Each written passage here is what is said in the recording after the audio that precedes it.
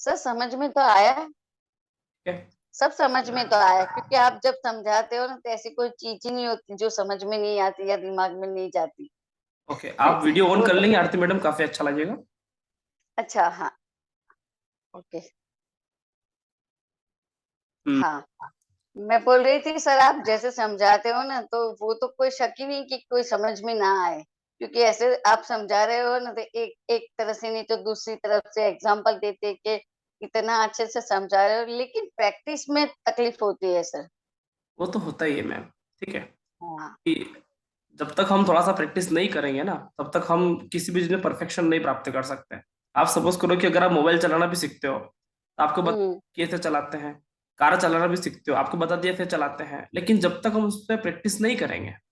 Car चलाना सीख गया, 8 दिन में कार चलाना सीखे। अभी 8 दिन के बाद अगर उसने कार चलाना बंद कर दिया तो फिर वो वापस भूल गया। समझ रहे हो? कम से कम उसमें प्रैक्टिस। जी सर। और फलित ज्योतिष रिसर्च आपसे क्लास के पहले भी प्रॉमिस किया था कि हम फ्री प्रैक्टिस प्लेटफॉर्म देंगे। ठीक है ना, क्लास खत्म होने के बाद। क्योंकि आज हमारा लास्ट सेशन है, इसके बाद आपको प्रैक्टिस प्लेटफॉर्म मिल जाएगा। किस तरह से आपको प्रिडिक्शन करना है उसकी भी ट्रेनिंग आपको दी जाएगी, बिल्कुल निःशुल्क। उसका चिंता नहीं करना है। ठीक है। और और सर, जो आपकी जो 6 सीरीज चल रही है ना, अब नया कोर्स आ रहा है, हाँ हाँ। उसमें आप गोचर में बताओ कि वैसे तो समझ में आता है, लेकिन गोचर में जब इवेंट किसी भी चीज की होती है तो किस टाइम पे होती है ना, वो बहुत दिक्कत होता है निकालने में। देखो, हम जब शुरुआत शुरुआत में काम करते हैं ना और सीधा गोचर पे आते हैं तो व्यक्ति को समस्या होता है, इसलिए हाँ, वो तो है, सही करते है। चलोगे ना। ठीक है। जैसे हम कार चलाते हैं, जैसे हम गाड़ी चलाते हैं, थोड़ी सी प्रैक्टिस चलती है, फिर हमारा हाथ। हम्म। है ना? अभी शुरुआत शुरुआत में गाड़ी चलाते हैं तो व्यक्ति फर्स्ट गियर में जो गाड़ी चलाता है। ठीक है। हाँ, ये तो है सर। गाड़ी ज्यादा सेकंड गियर में चालू करता है डायरेक्ट, क्योंकि प्रैक्टिस हो गया ना कि हम सेकंड गियर में भी गाड़ी शुरुआत कर सकते हैं। इसी तरह से हमारी प्रैक्टिस होगी, रामायण जो सबको प्रैक्टिस प्लेटफॉर्म देगा। है ना, उसका चिंता नहीं है। ओके। ठीक है सर। हाँ, चलो, कोई बात नहीं। ओके। और निर्मल सर हर। वैसे पहले से बहुत कॉन्फिडेंस आ गया है अब। चलिए, अच्छी बात है ना। जी सर। लीजिए सर। निर्मल सर माइक एडमिट कर लीजिए। हाँ, इसका सर ये स्टेप्स जैसे है ना, कैसे कुंडली हम देखनी है, स्टार्ट करनी है, हाँ, किस किस वो थोड़े स्टेप्स भी थोड़ा क्लियर करवा देना। स्टेप्स सर, जिस तरह से रामायण लिखा गया है ना, जिस तरह से गीता लिखा गया, उसका स्टेप सेम है ना। पहले कहाँ से शुरुआत हुई है, इसी तरह से ज्योतिष का स्टेप भी सेम है। हमने सबसे पहले टॉपिक क्या पढ़ा था? सबसे पहले टॉपिक शुरुआती क्लास में चंद्रमा को पढ़ा था। यस। उसके बाद बुध को पढ़ा था। उसके जी बाद जी, शुक्र हाँ को पढ़ा था। बिल्कुल। उसके बाद हम्म। शिक्षा को पढ़ी थी। इसी तरह से अभी आप जैसे ही जन्म कुंडली खोलोगे और आपसे बोले कि भैया सबसे पहले ग्रह कौन सा देखें, तो जो क्लास में हमने सबसे पहले ग्रह देखा था हमारी राइट। में, सबसे पहले जहां से हमने शुरुआत करी थी, वही हमारा जन्म कुंडली देखने का तरीका है। ठीक है। सबसे पहले हमने किसको पकड़ा था? चंद्रमा को। चंद्रमा को, यस। पकड़ा था बुध को। फिर हम्म। शुक्र को। ठीक है ना? शुक्र। है ना? चंद्रमा मानसिक स्थिति, बुध हमारा बौद्धिक स्थिति, शुक्र हमारा कैरेक्टर को बताता है। इस तरह से ही हमको ज्योतिष में प्रैक्टिस करना है। जैसे हमने ज्योतिष के शुरुआती लेक्चर पढ़े हैं, वही आपका आधार स्तंभ है। आपको वही पकड़ के चलना है। ठीक है। ठीक ठीक है। बिल्कुल, इसलिए इसको बिल्कुल सिस्टमेटिक तरीके से बताया गया है। जो पहला जी जी। वही कुंडली में हमको सबसे पहले जाकर देखना है। ठीक सर, ठीक है। ठीक है। अगर आप रिवाइज करोगे क्लास को वापस से जाके, आपको सब बातें क्लियर हो जाएगी सबसे पहले मुझे क्या देखना है, क्योंकि सब हाँ, कुछ हो गया है ना। ठीक है। राइट राइट सर, ठीक सर, थैंक यू जी। जी हरप्रीत सर, नमस्कार। नमस्कार सर, नमस्कार। बहुत ओके। बढ़िया सर, बढ़िया। हमने तो प्रैक्टिस स्टार्ट कर दी सर इसकी। ओहो, क्या बात है यार। हरप्रीत सर आ बिल्कुल सर। रहे हैं हमसे। हाँ हाँ हाँ। ओके। बढ़िया रिस्पॉन्स मिल रहा है सर, ठीक है। बढ़िया है जो अपने सूची वगैरह देख के, सिग्निफिकेंट देख के। हाँ जी, हाँ जी। अच्छा, हाँ, अच्छा रिजल्ट मिल रहा है सर। 100 दिन हमारे 105 दिन पूरे हो गए आज। हम्म। अच्छा। 105 दिन का सफर पूरा हो गया है। ठीक है। 100+ डे का सफर पूरा हो गया है, 50+ सेशन का सफर लगभग पूरा हो गया है। ठीक है। बहुत जल्दी खत्म हो गया सर। बिल्कुल बिल्कुल। लेकिन ऐसा नहीं है, आपको वापस से रिपीट फ्री मिलेगा, उसका चिंता नहीं। मैं हर बार फलित ज्योतिष के स्टूडेंट के लिए रिपीट फ्री रखता हूँ, ताकि वो अपनी पकड़ मजबूत बना पाए। एक बार रिपीट फ्री पढ़ते हैं ना, फिर उसका तो बात ही अलग हो जाता है, क्योंकि अब वो चीजें हमको इतनी अच्छी तरह से समझ में आएगी जो हमने कभी भी सोचा नहीं। ठीक है, क्योंकि एक बार हम पढ़ लिए ना, सेकेंड टाइम जैसे आप रिपीट पढ़ोगे आपको हर एक चीजें टू द पॉइंट समझ में आएगी और फटाफट समझ में आएगी। सही है सर। एक तरह से देखो तो ये हमारा प्रैक्टिस हो गया, हुआ कि नहीं? कि एक ही चीज को रिपीटेशन किया तो प्रैक्टिस हो गया ना। बिल्कुल जी बिल्कुल। सर। ओके, सर ये भृगुनंदी नाड़ी मतलब कारक तत्व? त्रिकोणीय नाड़ी मतलब ग्रहों से ग्रहों का जितना भी हमने कनेक्शन समझा है ना, वो बीएनएन का पार्ट था। ठीक है, सूचक ओके। जितना भी पढ़े थे वो केपी नाड़ी था। और जो ग्रह से कॉम्बिनेशन देखे ना हमने, जैसे शिक्षा के लिए कौन से कारक ग्रह, तो हमने हाँ हाँ। गुरु को पकड़ा, हमेशा हमने कारक ग्रहों पे फोकस किया है। जैसे विदेश के लिए कौन से कारक ग्रह है, तो शनि गुरु को फोकस किया, उनकी राशियों को फोकस किया। ये भृगुनंदी नाड़ी का पार्ट है जो हमेशा ग्रह और राशि पे ही फोकस करता है। केपी ज्योति ओके। सिर्फ नंबर पे फोकस करती है कि भाव आधारित है। ठीक है, भृगुनंदी नाड़ी आपको हमेशा प्लेनेट पे फोकस करवाती है। ठीक है, और वैदिक पद्धति सभी के नियम ही, जो भी नियम फॉर्मूला वो वैदिक है ही। ठीक है, जी सर, थैंक यू। आप सभी अपने वीडियो ऑन कर लें। रंपा मैडम आप भी वीडियो ऑन कर लीजिए। जी शिव कुमार सर, कैसे हैं आप? अभी सभी क्लास खत्म होगा, नया नया सब्जेक्ट मिला, तो सब्जेक्ट सभी बारे में वो अज़म हो रहा है, सभी प्रैक्टिस हो रहा है। अभी इतना इजी डाइजेस्ट नहीं होता, और एक बार दो बार और एक बार थोड़ा अजम करके प्रैक्टिस करना है, बाद में उसका बिल्कुल, फ्रूट मिलता है। अभी अजम का काम कर रहा है, वो चल रहा है, हो रहा है, थोड़ा बाद में उसको फ्रूट आता है। वो तो है ही। ज्योतिष एक एकदम ऐसा सही सब्जेक्ट बोला। है कि अगर हम बोले कि इंजीनियरिंग हम 4 साल में कर लेंगे, 4 साल हम्म, में इंजीनियरिंग हो जाता है, 3 साल हम्म, में हो जाता है, 2 साल में एमबीए हो जाता है। लेकिन ज्योतिष एक ऐसा सब्जेक्ट है कि आप 7 जन्म, इतना उसके बहुत बावजूद भी सारा। आप उसमें अगर किसी भी विषय में पूर्णता हासिल कर लिए तो बता दो। ठीक है, क्योंकि ज्योतिष एक ऐसा सब्जेक्ट है ना, जो जितना हम डिटेल में जाएंगे ऐसा लगेगा कि अभी और भी उसमें कुछ बाकी है, अभी तो कुछ नहीं सीखा, क्योंकि मंथन की तरह है ना। अभी हम्म, मंथन में जितना हम मंथन करेंगे उतना निकलेगा। तो इसी तरह ज्योतिष है, उतना ही है। तो कभी पूर्ण विराम हो ही नहीं सकता। मैं बताया, ब्रह्मा जी भी पहले जो सृष्टि की रचना की है वो भी बोल दिए कि भैया मेरे को नहीं समझ में आ रहा है। ब्रह्मा भाग्य लिखते हैं ना, हम्म, भाग्य लिखने वाला व्यक्ति नहीं समझ पा रहा है कि भैया इसका पूर्ण विराम कहाँ पे है। जरूर जरूर। आईकास में एस्ट्रोलॉजी किया, प्रवीण और विशारदा। अच्छा अच्छा। का एग्जाम 2 साल एग्जाम होगा ICAS, Indian council of astrological science. जी जी जी जी। ओनली वैदिक था, हाँ। के वैदिक प्रैक्टिस हुआ, वैदिक आने के बाद में थोड़ा केपी किया। केपी का हम्म। बेटा वो हरिहरन है, इसके साथ केपी किया मैं। अच्छा अच्छा। उसमें वो इमीडिएटली वो अलग विषय हो गया। अभी वैदिक वैदिक बहुत बड़ा था, वैदिक फाउंडेशन है, बाद केपी आने के बाद थोड़ा और एक नया सब्जेक्ट आ गया। हम्म। अब दिनाड़ी ऐसा कैसा कैसा जाते रहता है, अभी गहरे गहरे में जलता चलता रहता है।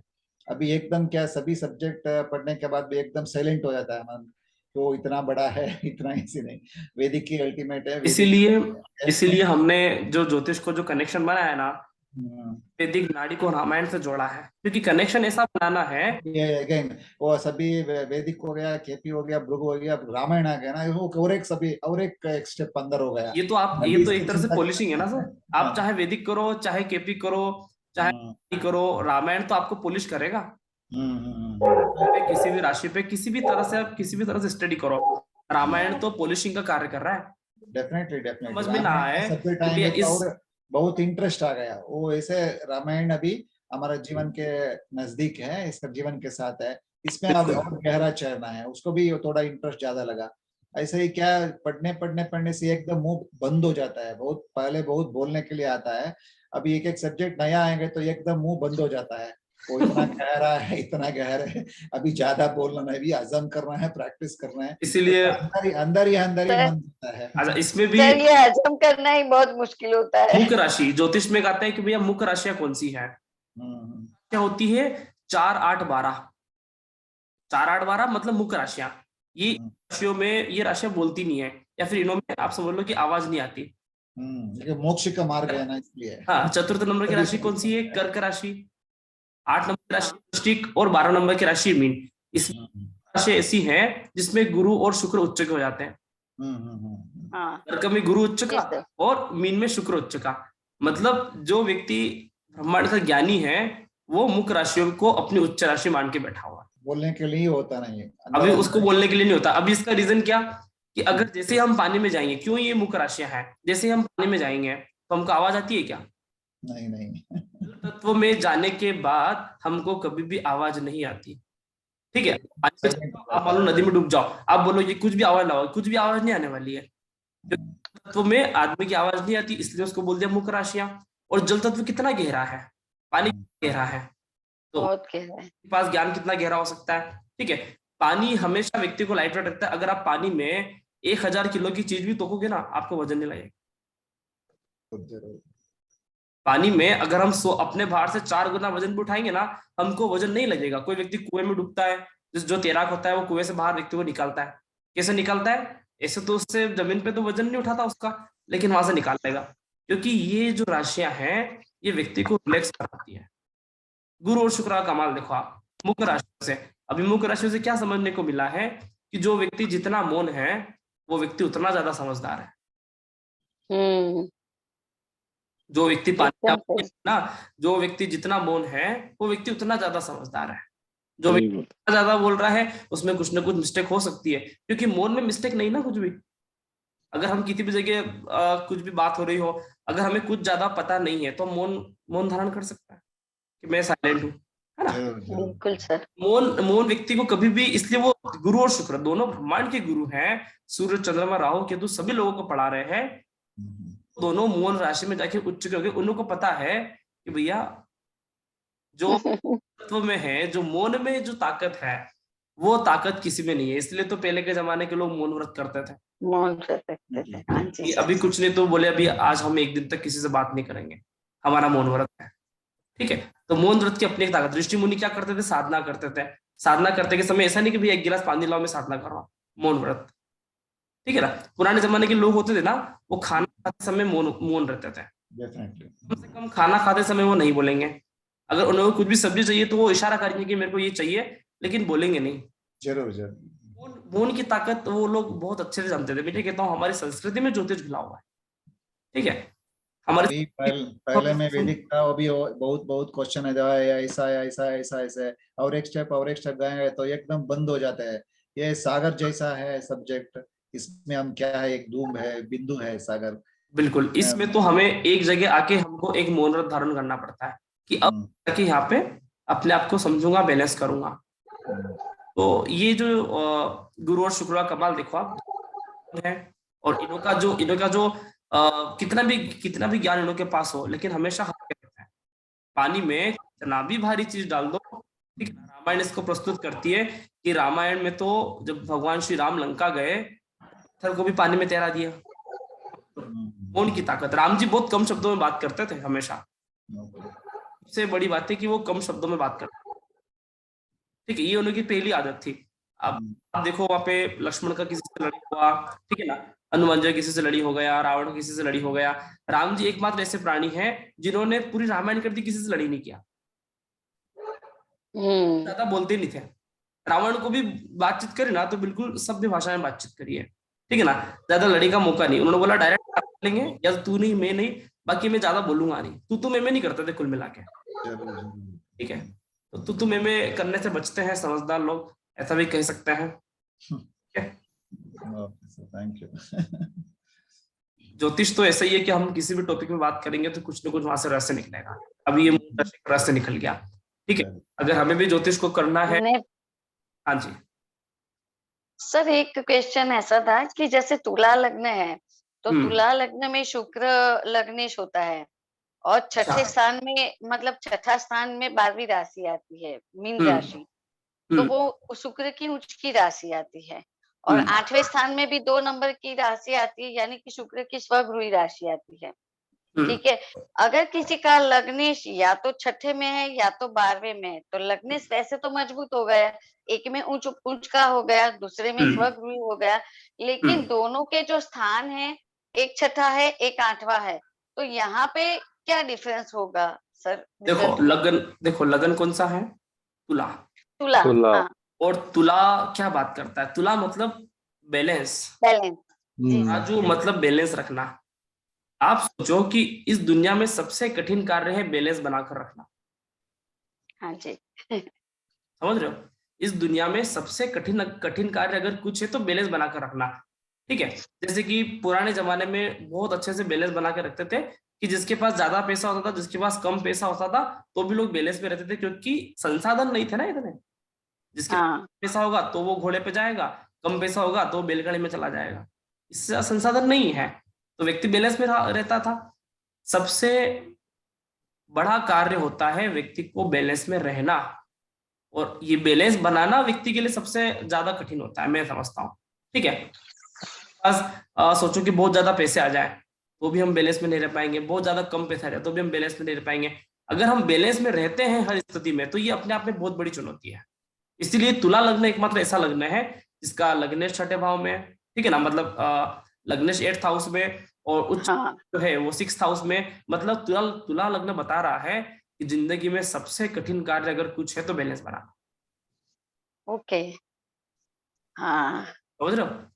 जिंदगी में समझ गए सर। कार्य है बैलेंस बनाना। मान लो कि आप करोड़पति बन गए और आपने बैलेंस खो दिया, गरीब लोगों को देखना छोड़ दिया, तो बैलेंस का हुआ। मान लो आप गरीब हो, ठीक है, और आपने किसी का वैल्यू करना नहीं सीखा, बैलेंस का हुआ। हम ऐसे व्यक्ति बन जाए कि हम बैलेंस में रह सकते हैं। हम अच्छी स्थिति बुरी स्थिति, है ना, कम संसाधन ज्यादा संसाधन, ठीक है ना, दुख में सुख में दोनों में बैलेंस करके रहने वाला व्यक्ति सबसे महान होता है। और सबसे कठिन काम होता है कि व्यक्ति को बैलेंस में रहना। इसलिए तुला ऐसा लगना है कि जहाँ पे ऐसी स्थितियां पाई जाती है, ऋषि पराशर जी ने हर सूत्र को बहुत स्टैंडर्ड तरीके से समझाया है। अगर हम उसको गहराई को देखेंगे ना, हमको बड़ा मजा आएगा कि तुला लग्न में ऐसा क्यों हुआ, क्योंकि बैलेंस, और बैलेंस करना ही सबसे कठिन काम है। क्योंकि सर जैसे सुना है कि लग्नेश जब भी किसी भी स्थान में बैठता है तो वो अच्छा फल देता है, लेकिन यहाँ लग्नेश होके वो 6ठे स्थान में भी गया है और 8वें स्थान में भी गया है, मतलब स्थान खराब है। लेकिन यहाँ लग्नेश ऊंच का होता है, एक में स्वगृही होता है, तो थोड़ा सा क्यूरियोसिटी थी कि क्या होगा उसमें। उसमें वही होता है कि तुला लग्न वालों को हमेशा से बैलेंस बनाने में थोड़ी सी ज्यादा मेहनत करना पड़ता है। ठीक है, अतिरिक्त प्रयास करना पड़ता है बैलेंस बनाने में। या फिर आप ऐसा सोचो कि उन लोगों की लाइफ में सिचुएशन ऐसी आती है कि बैलेंस बनाना मुश्किल होता है। ठीक है ना, माता लड़ी हो रही है पत्नी से, पत्नी की लड़ी हो रही है माता से, बैलेंस। ऐसी स्थिति मेंटेन हो कि माता भी खुश रहे, पत्नी भी खुश, अपने आप में बड़ा कार्य है ना। अगर हमने पक्ष ले लिया तो भैया एक गया। बैलेंस बनाना बहुत जरूरी है, इसलिए तुला लग्न, है ना, ऐसा समझना चाहिए। ठीक है, एकदम sir, thank you very much. तो एक फोटो भेजते हैं ना अष्टो वास्तु में, आप बोला राहु राम सूर्य ईस्ट है और सीता नॉर्थ है और लक्ष्मण साउथ है, वो 3 हो गया। और उसके बिना उसको अदर प्लैनेट है शुक्र, और इसको कैसे अपोजिट बोला शनि है, शनिवत राहु है, राहु बाजू में आता है ऐसा बोला। और शुक्र और शनि का प्लेस किधर है फोटो में, किधर? देखो, चार दिशाएं हमारी मुख्य दिशा होती है। ठीक है ना, पूर्व पश्चिम उत्तर दक्षिण।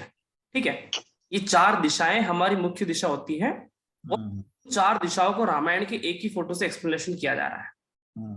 ठीक है, ये हमारे लिए एक महत्वपूर्ण बात है। अभी तक बहुत सारे लोगों ने वास्तु क्या होगा या वास्तु समझा होगा, लेकिन जो एक फोटो है जो हम सभी मानते हैं, हम सभी ने देखा है वो फोटो को, लेकिन इस फोटो के माध्यम से भी वास्तु हो सकता है क्या?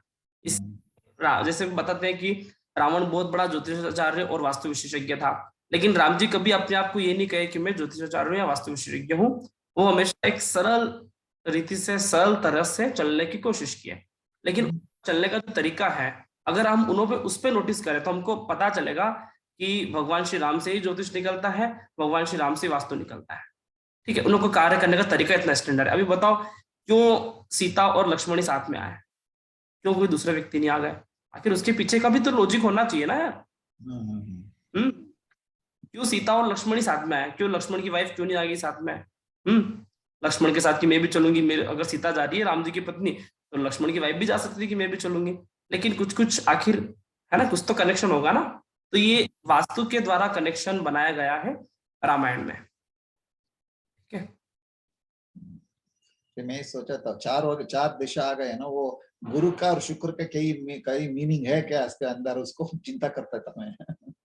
बिल्कुल, आप इस पे मनन कर सकते हो, आपको रिसर्च मिल सकते हैं। रामायण ज्योतिष का तो मैंने अभी आपको भगवान श्री राम का, रावण का, ठीक है, हनुमान का, लक्ष्मण का, ये कैरेक्टर को एक्सप्लेन किया है ग्रहों के माध्यम से, ठीक है ना। सीता को भी बताया मैंने कि चंद्रमा है, लेकिन जब सीता की स्टोरी और बताऊंगा ना आपको, वो pending स्टोरी है। आपको इतना इतना अद्भुत लगेगा कि क्या हो रहा है, वो ये भी हो ही क्या रहा है। बोल दिया इंटरेस्ट में, वो मुंह में घी लगा दिया, बताइए सर खाने फिर। के लिए इच्छा है। क्या मुंह में घी लगा दिया मैं, अब खाने के लिए इच्छा है। जब हम उस चीज को पढ़ेंगे सही ना, कहा सर। हमने इतना पढ़ा, हमको रामायण ज्योतिष में मालूम पड़ गया कि क्या चीज है यार, मजा आया। लेकिन जब ये सीता का अग्नि कनेक्शन, ऐसा मैं आपको एक हिंट देता हूँ, उसमें आप अध्ययन करते रहना, मैं टॉपिक आएगा तो बताऊंगा उसका पूरा एक्सप्लेनेशन। अच्छा, शुक्र को ज्योतिष में क्या कहते हैं कि ये जल तत्व वाला प्लेनेट है, हाँ ठीक है। जी सर। और वास्तु में उसको कौन सी दिशा मिली हुई है? अग्नि तत्व, अग्नि साउथ। हाँ अग्नि दिशा, ठीक है, साउथ ईस्ट। समझ रहे हो।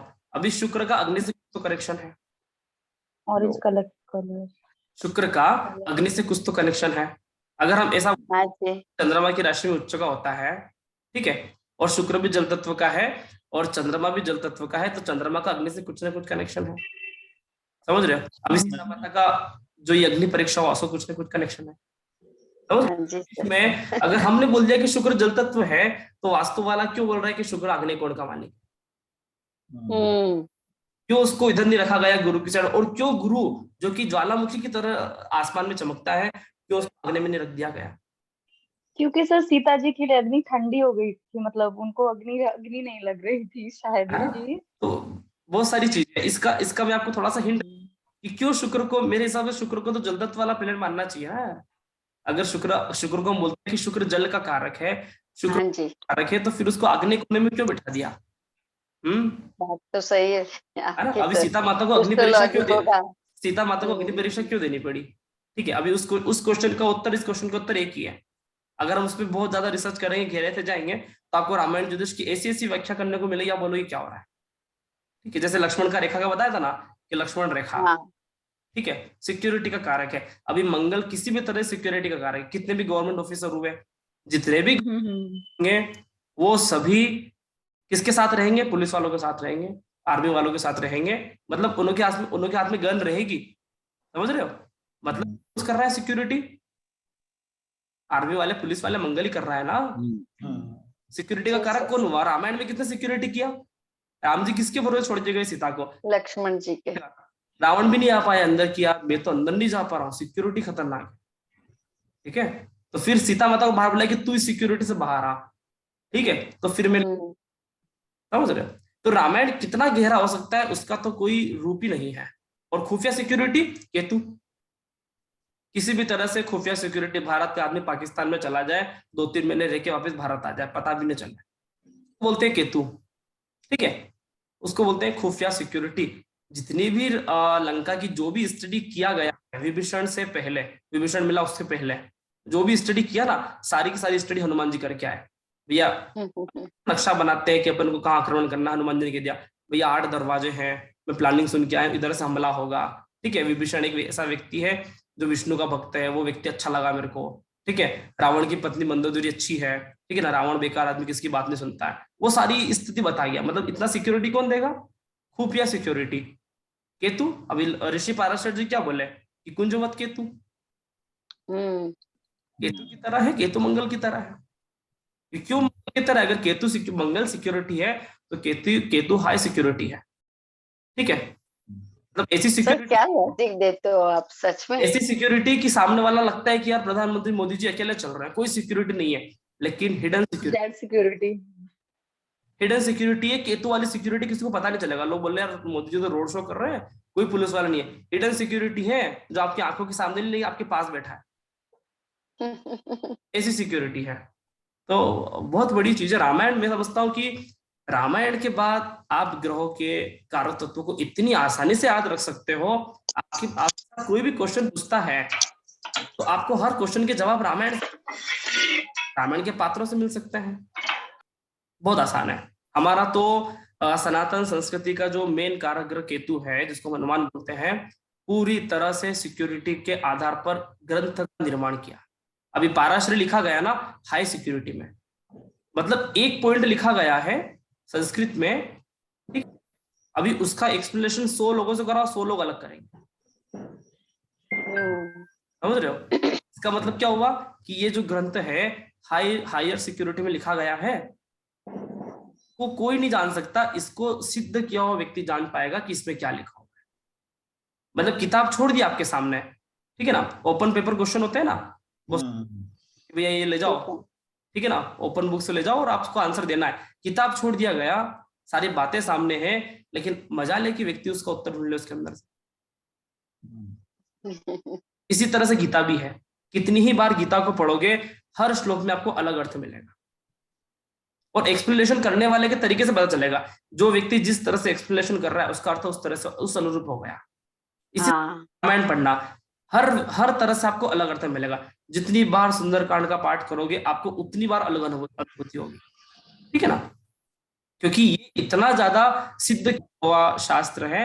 मतलब हायर सिक्योरिटी, मतलब इसमें एक बार, मतलब ऐसा है ही नहीं इसमें कि एक ही चीज एक ही बार के लिए प्रयोग किया गया हो, मतलब एक ही दोहा सिर्फ एक ही पॉइंट को बताता हो, ऐसा नहीं है।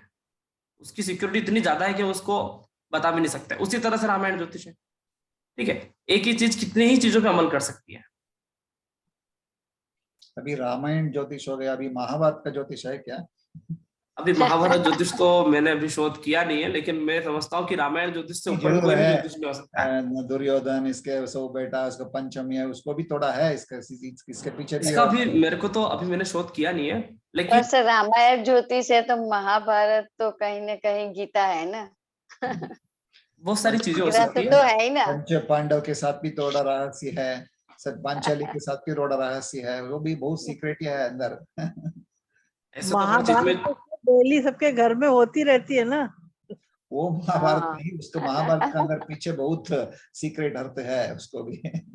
महाभारत का एक बहुत ही अच्छा है चक्रव्यूह वाला, ठीक है, वो एक बहुत ही स्टैंडर्ड टॉपिक है, उस पर कभी चर्चा चलेगी तो बताऊंगा मैं, ठीक है, महाभारत में। लेकिन मेरा फोकस हमेशा से रामायण पे रहता है, क्योंकि रामायण ज्योतिष क्या एक सरल पद्धति है। अभी मैं समझता हूँ कि महाभारत आधे से ज्यादा लोगों को पता नहीं क्या हुआ, पता नहीं चलता हुआ क्या, युद्ध क्यों किया, पता नहीं चलता।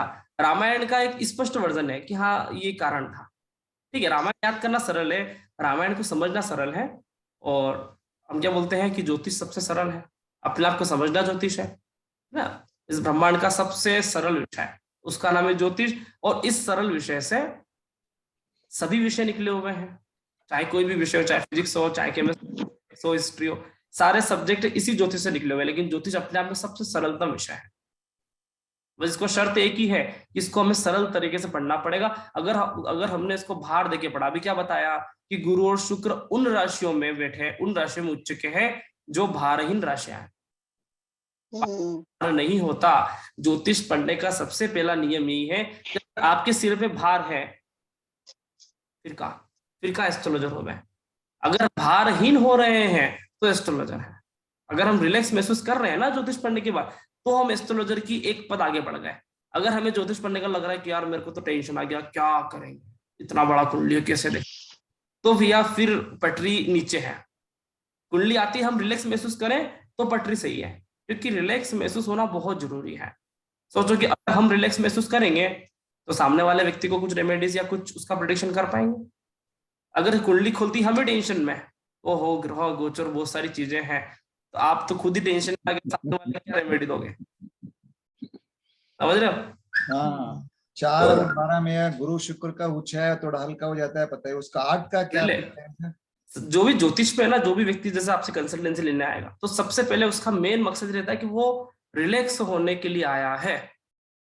सब जी सर, कि उसको वो बहुत दुनिया भर की टेंशन में आया, उसको लगता है कि कुछ ऐसी बातें एस्ट्रोलॉजर बोले, क्योंकि गुरु अमृत का कारक होता है ना, गुरु अमृत है, ठीक है ना, तो ऐसा कुछ अमृत वचन बोले कि सामने वाला रिलैक्स महसूस करे, ठीक है, भारहीन महसूस करे। वो तो बहुत भार में आया है, ठीक है।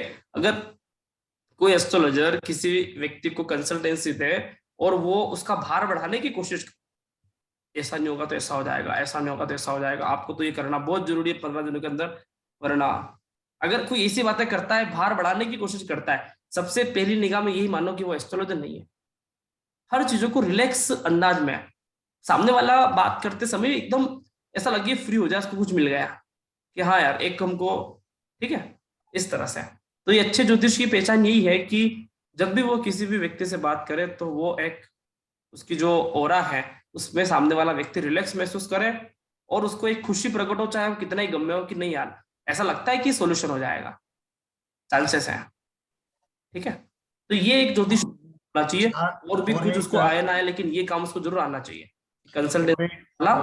4, 8, 12 में गुरु और 4 में और 12 में गुरु और शुक्र उच्च हो जाता है और 8 में चंद्र नीच हो जाता है। हाँ, तो उसको चंद्र नीच होने से थोड़ा सीक्रेट है क्या उधर 8 में? देखो चंद्रमा कौन सी राशि में नीच का है?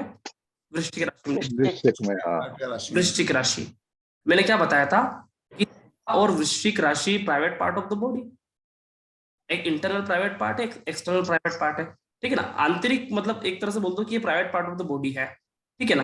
एक तरह से आप इनको बोल सकते हो कि ये खुफिया रास्ते हैं, समझ रहे हो। और चंद्रमा का सबसे एक ही है कि भैया वो कभी भी अकेला रहना पसंद नहीं करता, और खासकर खुफिया रास्ते में चंद्रमा कभी नहीं आ सकता।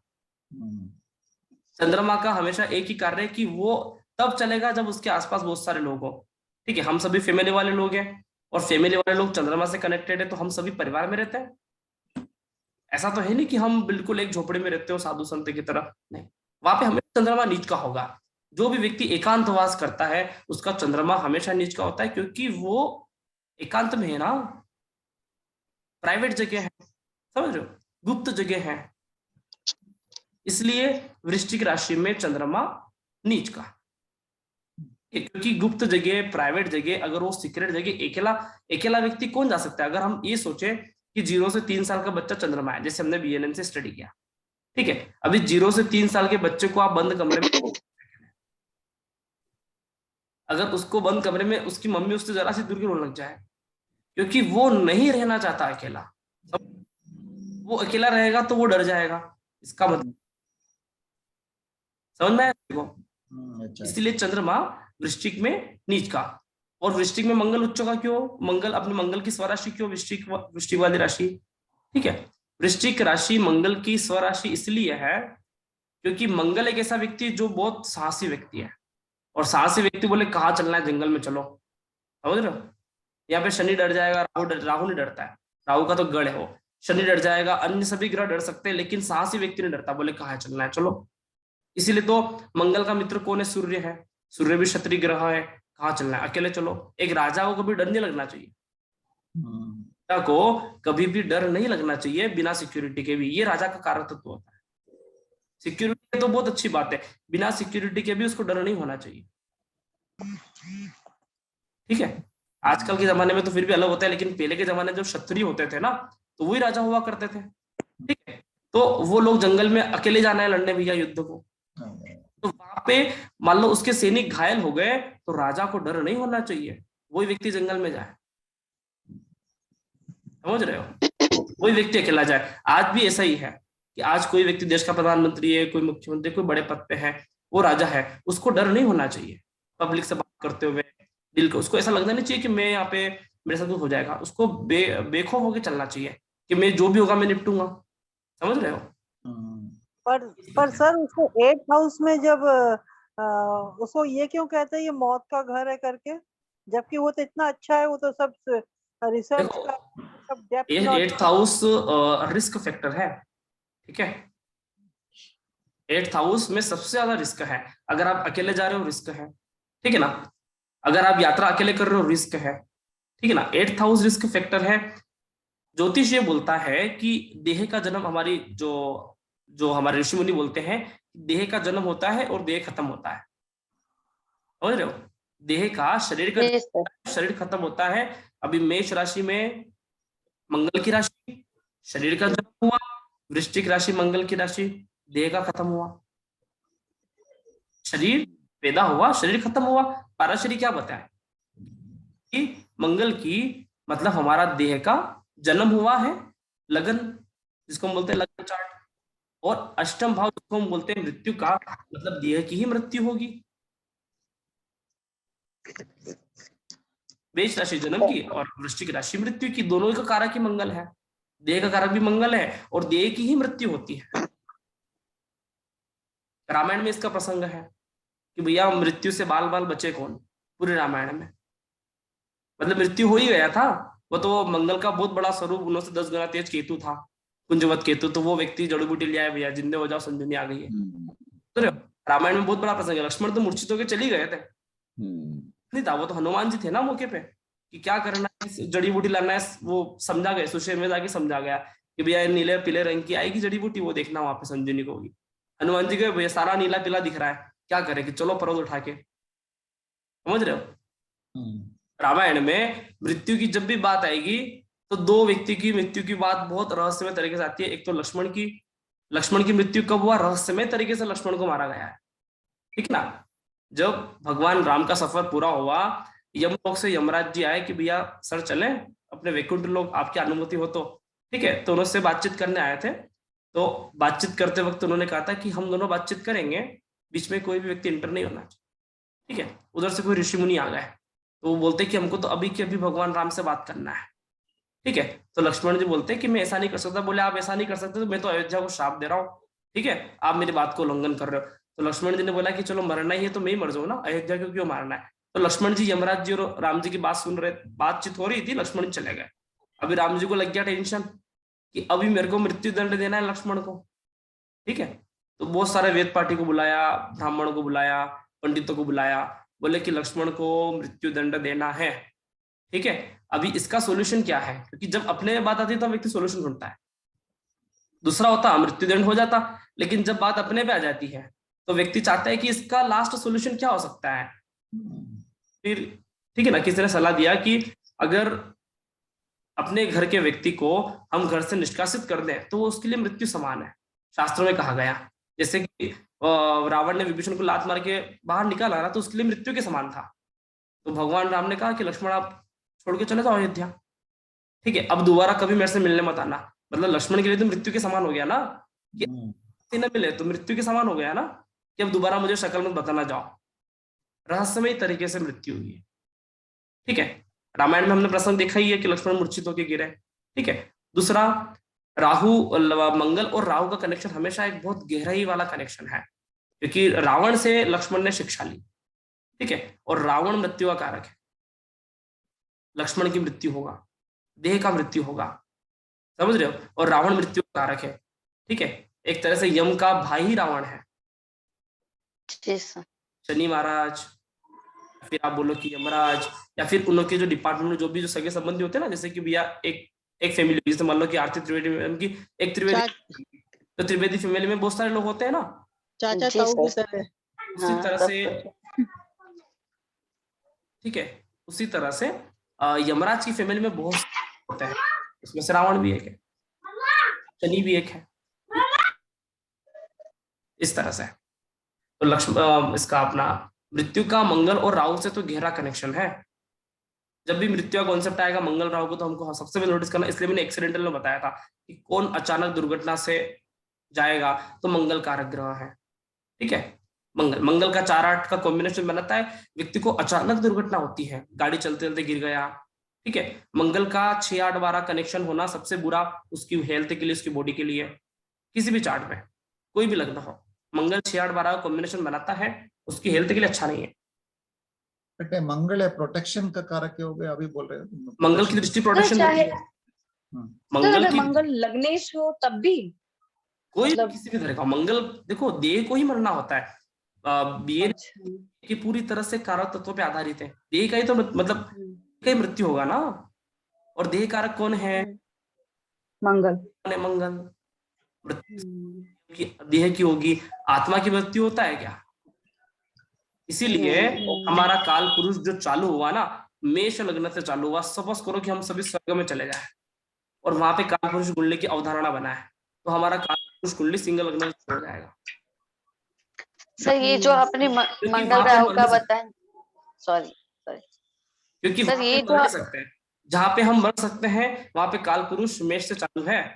और जहाँ पे हम ऐसे मान लो डिपार्टमेंट में चले जाए, मान लो स्वर्ग लोग, जहाँ पे व्यक्ति अपनी इच्छा अनुरूप मरता है, उसको मारने वाला कोई नहीं है, तो वहां पे आपकी काल पुरुष कुंडली सिंगल लग्न से चालू होता है, क्योंकि सूर्य आत्मा है ना, मंगल देह का कारक है। हाँ जी बताइए। सर मैं ये बोल रही थी कि ये जो आपने मंगल राहु का बताया ना, मैंने कहीं कुंडली चार्ट में ऐसा देखा है कि कैंसर जैसी गंभीर बीमारी अगर किसी को होती है ना, तो मंगल राहु में खास होती है। वैसे मेरे भाई का ही चार्ट है, उसको भी कैंसर हुआ ब्लड था, और कैंसर। इसके हिसाब से मैंने बहुत लोगों की कुंडली में देखा, जहाँ मंगल राहु होता है ना, वहाँ कैंसर की संभावनाएं बढ़ जाती है, और जैसे आपने बिल्कुल। बोला 6, 8, 12 में हो तो वो ज्यादा खराब होता है। मंगल और राहु कनेक्शन अच्छा नहीं माना जाता, ये किसी भी तरह। अगर हम बोलते कि मंगल खून है, राहु खराब है, मंगल खून है तो राहु खराब है, तो खून की विष खराबी है। है। और हाँ विष। हमारे शरीर में है ही क्या, आप जहाँ पे भी अगर आपको लगे, निकलेगा क्या? खून ही निकलेगा, जी सर। हाँ सर। है ना? मेन चीज तो खून ही है ना। सर जी फिर तो सर। मंगल और राहु की युति सबसे खराब होएगी। हाँ जी। मंगल राहु की युति अच्छा नहीं माना जाता। ऐसा व्यक्ति बहुत ज्यादा गुस्सेबाज, बहुत ज्यादा आक्रामक, बहुत ज्यादा तेज व्यवहार वाला, या अपने आप का नुकसान करने वाला, उसके साथ रहने वाला को नुकसान करने वाला, अपने आप में विस्फोटक योग होता है। मंगल और राहु विस्फोटक। मंगल राहु को सर्पदोष बोलता है नॉर्मली। हाँ, मंगल राहु को बिल्कुल सही कहा। अपनी जो पाराशरी ज्योतिष है उसमें मंगल राहु को बोला जाता है सर्पदोष, ठीक है ना? सर्पदोष को सबसे बड़ा माना जाता है। मंगल राहु को वो सर्पदोष विष फैलाता है ना। हाँ। मंगल राहु को पंचम भाव में राहु और मंगल की युति हो ऐसी स्थिति में, तो वो बहुत बड़ा दोष है व्यक्ति के चार्ट में। सिर्फ और पंचम सर राहु की युति हो जाए। इसमें भी ऐसा होता है ना कि अगर मंगल बलवान है, जैसे मकर राशि में मंगल राहु है, तो उच्च का मंगल हुआ है यहाँ पे, और अगर वृश्चिक राशि में है तो वहां पे मंगल स्वगृही हुआ, अगर मिथुन राशि में है तो राहु वहां पे बलवान हो गया। अगर ऐसे में जब ग्रह बलवान होते हैं तो बीमारी भी इतनी बलवान होती है। बिल्कुल बिल्कुल। बिल्कुल सही बात है। अगर ग्रह ज्यादा बलवान है, अगर मान लो कि मिथुन कुंडली है, ऐसे ऐसे मंगल नीच का हो, तो उस व्यक्ति के लिए फायदा है। हाँ जी। उस व्यक्ति के लिए फायदा है, क्योंकि बुध का दुश्मन होता है मंगल, ठीक है ना? हाँ जी। कि हमको दोस्ती दुश्मनी समझ में ना आए तो आप सीधा उसका 6, 8, 12 देखो। मिथुन लग्न में छठे भाव मंगल की रहती है, मतलब उसका दुश्मन है, ठीक है? हाँ जी। ऐसी स्थिति में अगर उस व्यक्ति का मंगल नीच का होता तो ज्यादा फेवरेबल है, हाँ। ठीक है? थोड़ा दर्द तो देखा, लेकिन कम देखा, धीरे धीरे हाँ, देखा। अकारक ग्रह अगर नीच के होते हैं तो ज्यादा अच्छा है, और योग कारक ग्रह अगर होते हैं स्वराशि को, तो ज्यादा अच्छा है, ठीक है? कारक ग्रह जब उच्च क्या इस तरह के होते हैं, तो फिर व्यक्ति बहुत डोमिनेंट स्वभाव का होता है। वो एनी हाउ अपनी चीजों को अपने अंदर कंट्रोल में रखना चाहता है, और किसी भी व्यक्ति को किसी भी तरह से उसका यूज कर सकता है, इस तरह का उसमें पावर होता है, ठीक है? और जब कारक ग्रह होते हैं तो वो किसी को प्रेशराइज नहीं करता, ठीक है? इस तरह से। ये सर एक क्वेश्चन था सर, जैसे 1, 4, 7 में अगर शुभ ग्रह सौम्य ग्रह बैठे रहते हैं तो क्या ऐसा होता है क्योंकि शुभता कम हो रही है, और जो बुरे ग्रह होते हैं तो फिर उनकी बुराई थोड़ी कम होती है, ऐसा कुछ है क्या? नहीं, 1, 4, 7 जो आपने भाव बताए हैं, ये पूरी तरह से फैमिली ओरिएंटेड भाव है। चतुर्थ हाउस जब भी हमें कुछ भी समझना पड़े तो सीधा कालपुरुष कुंडली को आप मेन कुंडली मान के आधार स्तंभ मान के चले। 4th हाउस में कौन सी राशि आती है? चंद्रमा। कालपुरुष कुंडली से 7th हाउस में कौन सी राशि आती है? शुक्र की। मतलब सीधे चंद्रमा और शुक्र का पक्का घर है, ठीक है? अगर शुभ प्लेनेट होंगे तो चंद्रमा और शुक्र क्या है? आपकी वाइफ है, आपकी माता। अगर शुभ प्लेनेट होंगे तो आपकी महिलाओं से काफी अच्छी बनेगी, उनका आपको रेस्पेक्ट, आप उनको रेस्पेक्ट दोगे, ठीक है ना? माता जी काफी करीबी रहेगा, पत्नी का काफी करीबी रहेगा, ठीक है ना? तो शुभ प्लेनेट इस तरह से। अगर मान लो कि 4 और 7 में पापी क्रूर ग्रह आ जाते हैं तो फिर कटाव होता है, माता से दूर हो, पत्नी से दूर हो, किसी भी तरह से, समझ रहे हो? ऐसा।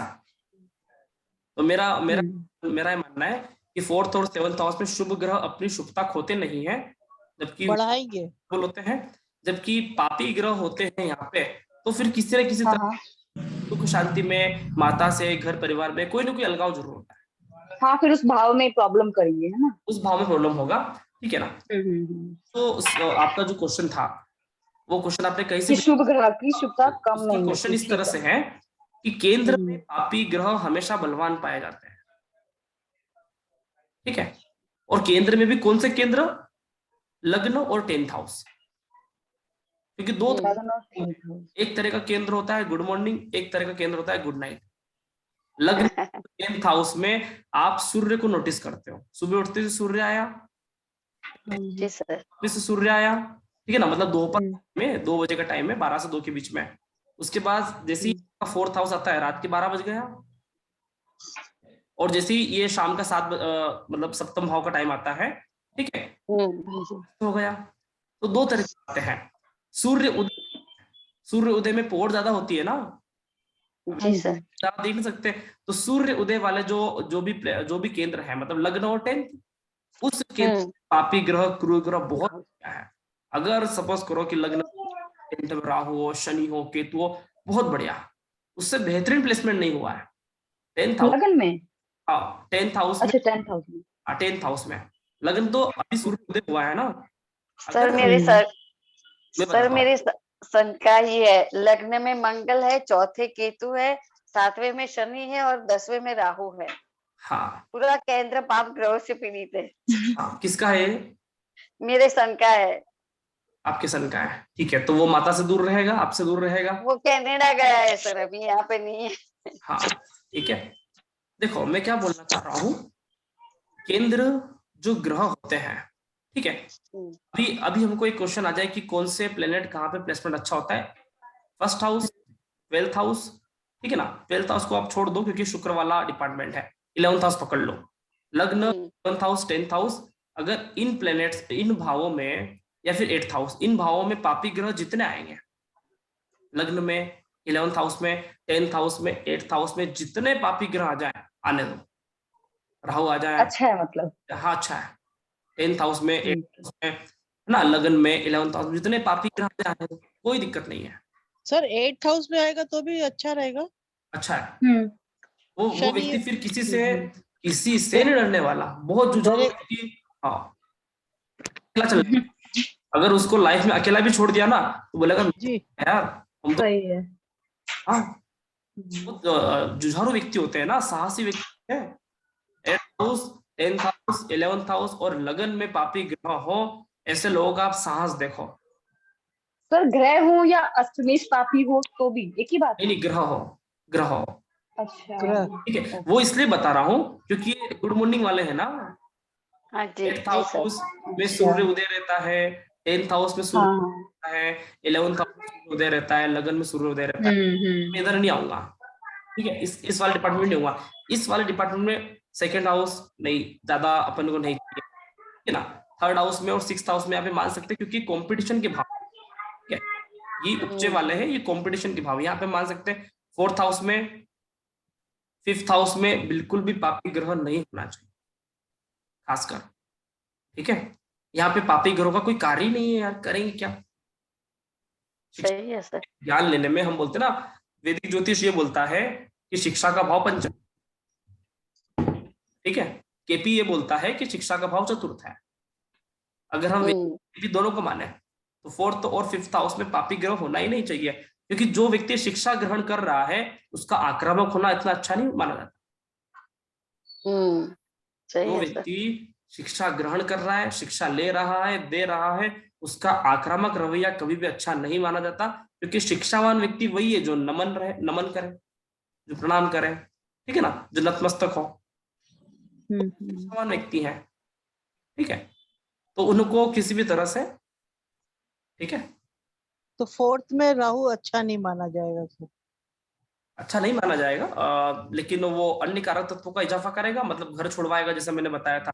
जब 2 या 2 से ज्यादा पापी ग्रह किसी भाव को देखते हो तो वो उस भाव से व्यक्ति को, ठीक है ना, दूर करता है, या फिर उसमें कुछ चीजों को, है ना। अभी 4th हाउस में राहु है तो उससे एक चीज अच्छा हो गया कि उस व्यक्ति का विदेश का सपना है कि मेरे को विदेश जाना है, तो उसके लिए फटाफट चांस बनेंगे।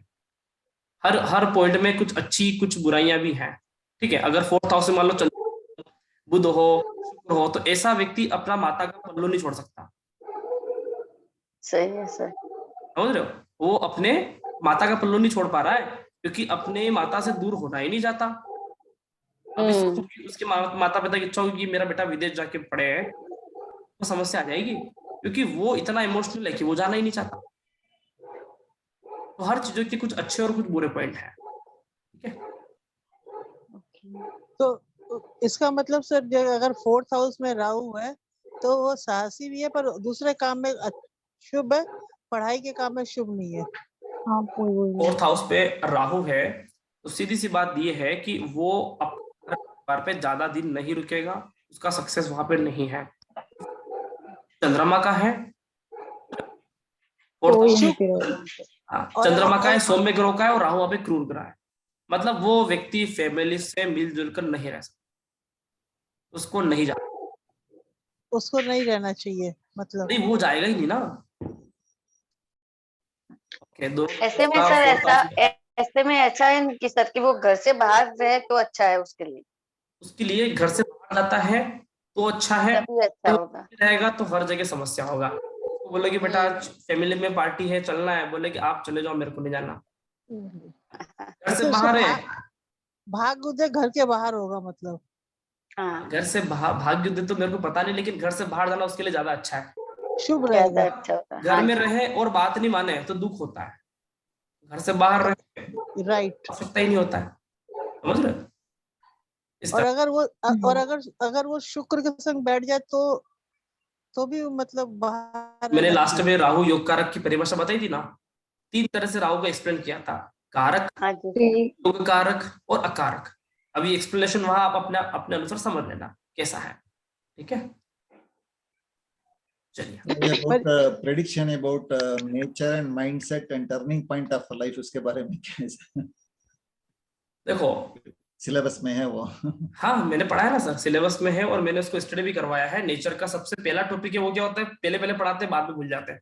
सबसे पहला टॉपिक यही था कि नेचर का, ठीक है ना, कौन से व्यक्ति से उसकी मानसिक स्थिति देखते हैं, चंद्रमा से, उसकी बौद्धिक स्थिति देखते हैं बुध से, कौन से व्यक्ति से कैरेक्टर का देखते हैं, कैरेक्टर का कारक होता है शुक्र, ठीक है ना, मन का कारक है, बुध बुद्धि का कारक है, और शुक्र व्यक्ति का चरित्र का कारक है। किसी भी व्यक्ति का अगर आपको चरित्र निकालना हो, ठीक है ना, एक मन अलग होता है, व्यक्ति मन का साफ है, व्यक्ति बुद्धि में स्मार्ट है, जरूरी नहीं कि उसका चरित्र भी, समझ रहे हो? एक व्यक्ति का पाप है, उसका बुद्धि भी, जरूरी नहीं उसका चरित्र खराब हो, समझ रहे हो? तो तीनों ही इंटरनल प्लेनेट अपनी बहुत बड़ी व्याख्या करते हैं, ठीक है। मानसिक स्थिति, बुद्ध बौद्धिक स्थिति, और शुक्र कैरेक्टर, चारित्रिक स्थिति, चरित्र की विशेषता बताता है, ठीक है। तो ये चीज हमको, मैं वही बोल रहा हूँ कि ज्योतिष में अभी देखो हनुमान जी सबसे बड़े प्लेनेट हो गए जी। उस फोटो मंगल। में क्या बताया कि हनुमान जी नीचे झुके हुए हैं, ठीक है। हनुमान जी से क्या सीखने को मिला कि अगर हम सूक्ष्म से सूक्ष्म चीजों को पकड़ने की कोशिश करते हैं, मतलब अगर आपके पास जब बहुत ज्यादा काम हो तो पहले आप करने की कोशिश करो, ठीक है। हमें पता है कि राहु बहुत बड़ा है, ये बहुत बड़ा है, सब बड़े हैं, आप सबसे पहले छोटे प्लेनेट को पकड़ने की कोशिश करो, क्योंकि छोटे प्लेनेट को पकड़ेंगे ना तब जाके रास्ता साफ होगा। हम सीधा कोई भी रास्ता बनाते हैं तो सबसे पहले छोटे प्लेनेट से रास्ता बनाते हैं, बड़े प्लेनेट से रास्ते नहीं बनते, समझ रहे हो? तो हमेशा हमको प्रेडिक्शन जब भी करें ना तो छोटे प्लेनेट्स पे ध्यान लगाना है, क्योंकि छोटे प्लेनेट से ही तो व्यक्ति का बहुत कुछ बदलता है।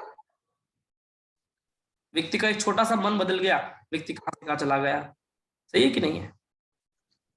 छोटा ही सबसे असरदायक। इसको भगवान शिव बहुत अच्छी तरह से एक्सप्लेन करते हैं कि आ जाओ मेरे सिर पे बैठ जाओ, ठीक है। अन्य किसी घर को चाहते तो वो सूर्य को बिठा देना कि मैं सूर्य सिर पर, लोगों को बताते कि मैं इतना शक्तिशाली हूँ, लेकिन नहीं, उन्होंने चंद्रमा को बिठाया कि जो सबसे छोटा है वो सबसे ऊपर है। 100 बात की एक बात, जो व्यक्ति सबसे छोटा बन के रहने की कोशिश करता है वो सबसे ऊपर है। ज्योतिष तो हमारे सनातन संस्कृति इनको बहुत सिखाती है। अगर हम अपनी संस्कृति को ध्यान में लगाएंगे ना, ज्योतिष इतना आसान है, इसको समझने की आवश्यकता क्या है। मैं हमेशा क्लास में एक ही बात बोला हूँ कि ज्योतिष एक ऐसा सब्जेक्ट है इसको पढ़ाने की आवश्यकता ही नहीं है, वो तो प्रेडिक्शन करने के लिए बहुत जरूरत पड़ती है। हाँ, वो तो स्वतः आता है ना। ज्योतिष को पढ़ाने वाला मास्टर कोई पैदा नहीं होगा ना, कभी हो सकता है, क्योंकि वो तो आप इतने इजीली समझा देते हो ना सर, उनकी बात समझ में आ गई। और इतना क्लास ज्वाइन कर लिया, इतना पढ़ लिए, सब बाउंस हो रहा था, आज तक समझ में नहीं है। अभी आपने बताया कि 4th में राहु है तो इसका मतलब सीधे सीधे कि वो घर के बाहर हो जाएगा तो अच्छे से सब कुछ डेवलपमेंट होगा। और वो तो अरे राहु रहने से ये होता है वो तो इतना डरा दिए थे, इतना ऐसा डरा नहीं दिए यार, थे। हर चीजों में ये अच्छाई और बात तो बुराई सही है है, बिल्कुल। हर चीजों में अच्छी बुराई है। शायद आज से 5-6 लेक्चर पहले मैंने आपको एक बात बताया था कि यार कोई ग्रह जब प्लेनेट का रचना किया है, अगर भगवान एक समझदार व्यक्ति, अच्छा व्यक्ति है, तो वो किसी बुरे प्लेनेट को कैसे पैदा कर सकता है? बिल्कुल नेगेटिव को। बिल्कुल सर, बैलेंस के लिए तो वास्तविक करना तथ्य पड़ता ये है कि कोई बुरा है ही नहीं, अब उसका माहौल ऐसा बनता है। अभी मृत्यु हो गया, अभी मृत्यु में कोई मुहूर्त नहीं निकलता कि कितनी बजे भैया दाह संस्कार, अभी बोल दिया भैया राहु मतलब किसी की सर बात नहीं मानता, राहु मुहूर्त नहीं मानता, राहु ऐसा वैसा। तो उसका उसका जो मोमेंटम, उसका जो मौका है, उसका जो माहौल है, उसको तो समझो एक बार यार, कि कोई भी ग्रह वास्तव में बुरा नहीं। मतलब नेगेटिव पॉजिटिव दोनों है हर ग्रह के ना सर। अभी अभी गुरु हाँ को वो तो तो मौका मिला है ना यार, अभी गुरु को हम्म, मिला है कि शादी है, मुहूर्त निकालिए, ये भैया 13 नवंबर की शादी है, जाना है, पत्रिका छपाई, गुरु को तो मौका मिला ना यार। अभी बोल दिया कि भैया गुरु अच्छा व्यक्ति है, क्योंकि उसका माहौल ही ऐसा है ना कि मौका मिला, उसने वेद शास्त्र का अध्ययन किया, उसको एक समय मिला। ठीक है, अभी राहु को तो समय मिला नहीं, ठीक है ना? इसलिए शादी में भी दो तरह की चीजें होती है, एक तो भगा कर शादी ले गया, तो वहां पे कारक, क्योंकि मौका नहीं है ना यार, इतना देखेंगे, तेरे मम्मी पापा आ जाएंगे, मेरे मम्मी पापा आ जाएंगे, जल्दबाजी में सब। बिल्कुल समझ रहे सही। हो? क्योंकि इतना मौका नहीं है। अभी भगा के ले जाना है, मौके की वहां पे कारक ग्रह हो, और जब पता है अरेंज मैरिज करना है, कार्ड छपवाएंगे, मिठाई आएगी, है ना, निमंत्रण देंगे, उधर से लिफाफा आएगा, तो वो एक माहौल अलग होता है। इसमें गुरु भी चाहिए, इसमें शुक्र भी चाहिए, सब लग्जरी वगैरह अभी सब गुरु और शुक्र चाहिए। शादी का कारक, अभी बताया था ना, हाँ। शादी का कारक वेस्टर्न कल्चर में तो भैया राहु है, क्योंकि ऐसा नहीं है, वो ऐसा सोचते नहीं कि अरेंज मैरिज कुछ होगा, जम गया चले गए, वहां पे जब तक कमिटमेंट पूरा हुआ सही। छोड़ गए, फिर नया काम। हाँ, खर्चा वर्चा भी कुछ नहीं, लग्जरी भी कुछ नहीं, हाँ और पत्री वगैरह हाँ, भी कुछ नहीं। वो अपने अनुसार, उनको मौका ही नहीं मिलता ना यार, उनको ऐसा मौका हाँ जी सर। कि अभी राहु, अभी हमको ज्योतिष को समझना है, इसको जीना है यार। ज्योतिष हमेशा से जीने वाला सब्जेक्ट है। जो लोग बोलते हैं कि यार अब ज्योतिष कर्म है, ज्योतिष कर्म कहाँ है यार, ज्योतिष तो धर्म है ना यार। सही है, और एकदम सही है। राशि आती है, पंचम भाव में सूर्य की राशि आती है, सूर्य और गुरु दुनिया के सबसे बड़े दो धर्म के कारक ग्रह, ठीक है। ज्योतिष तो धर्म का भाव है ना, और कर्म से विरोध करता है। 10th हाउस के विरोधी कौन? 9th। 9th।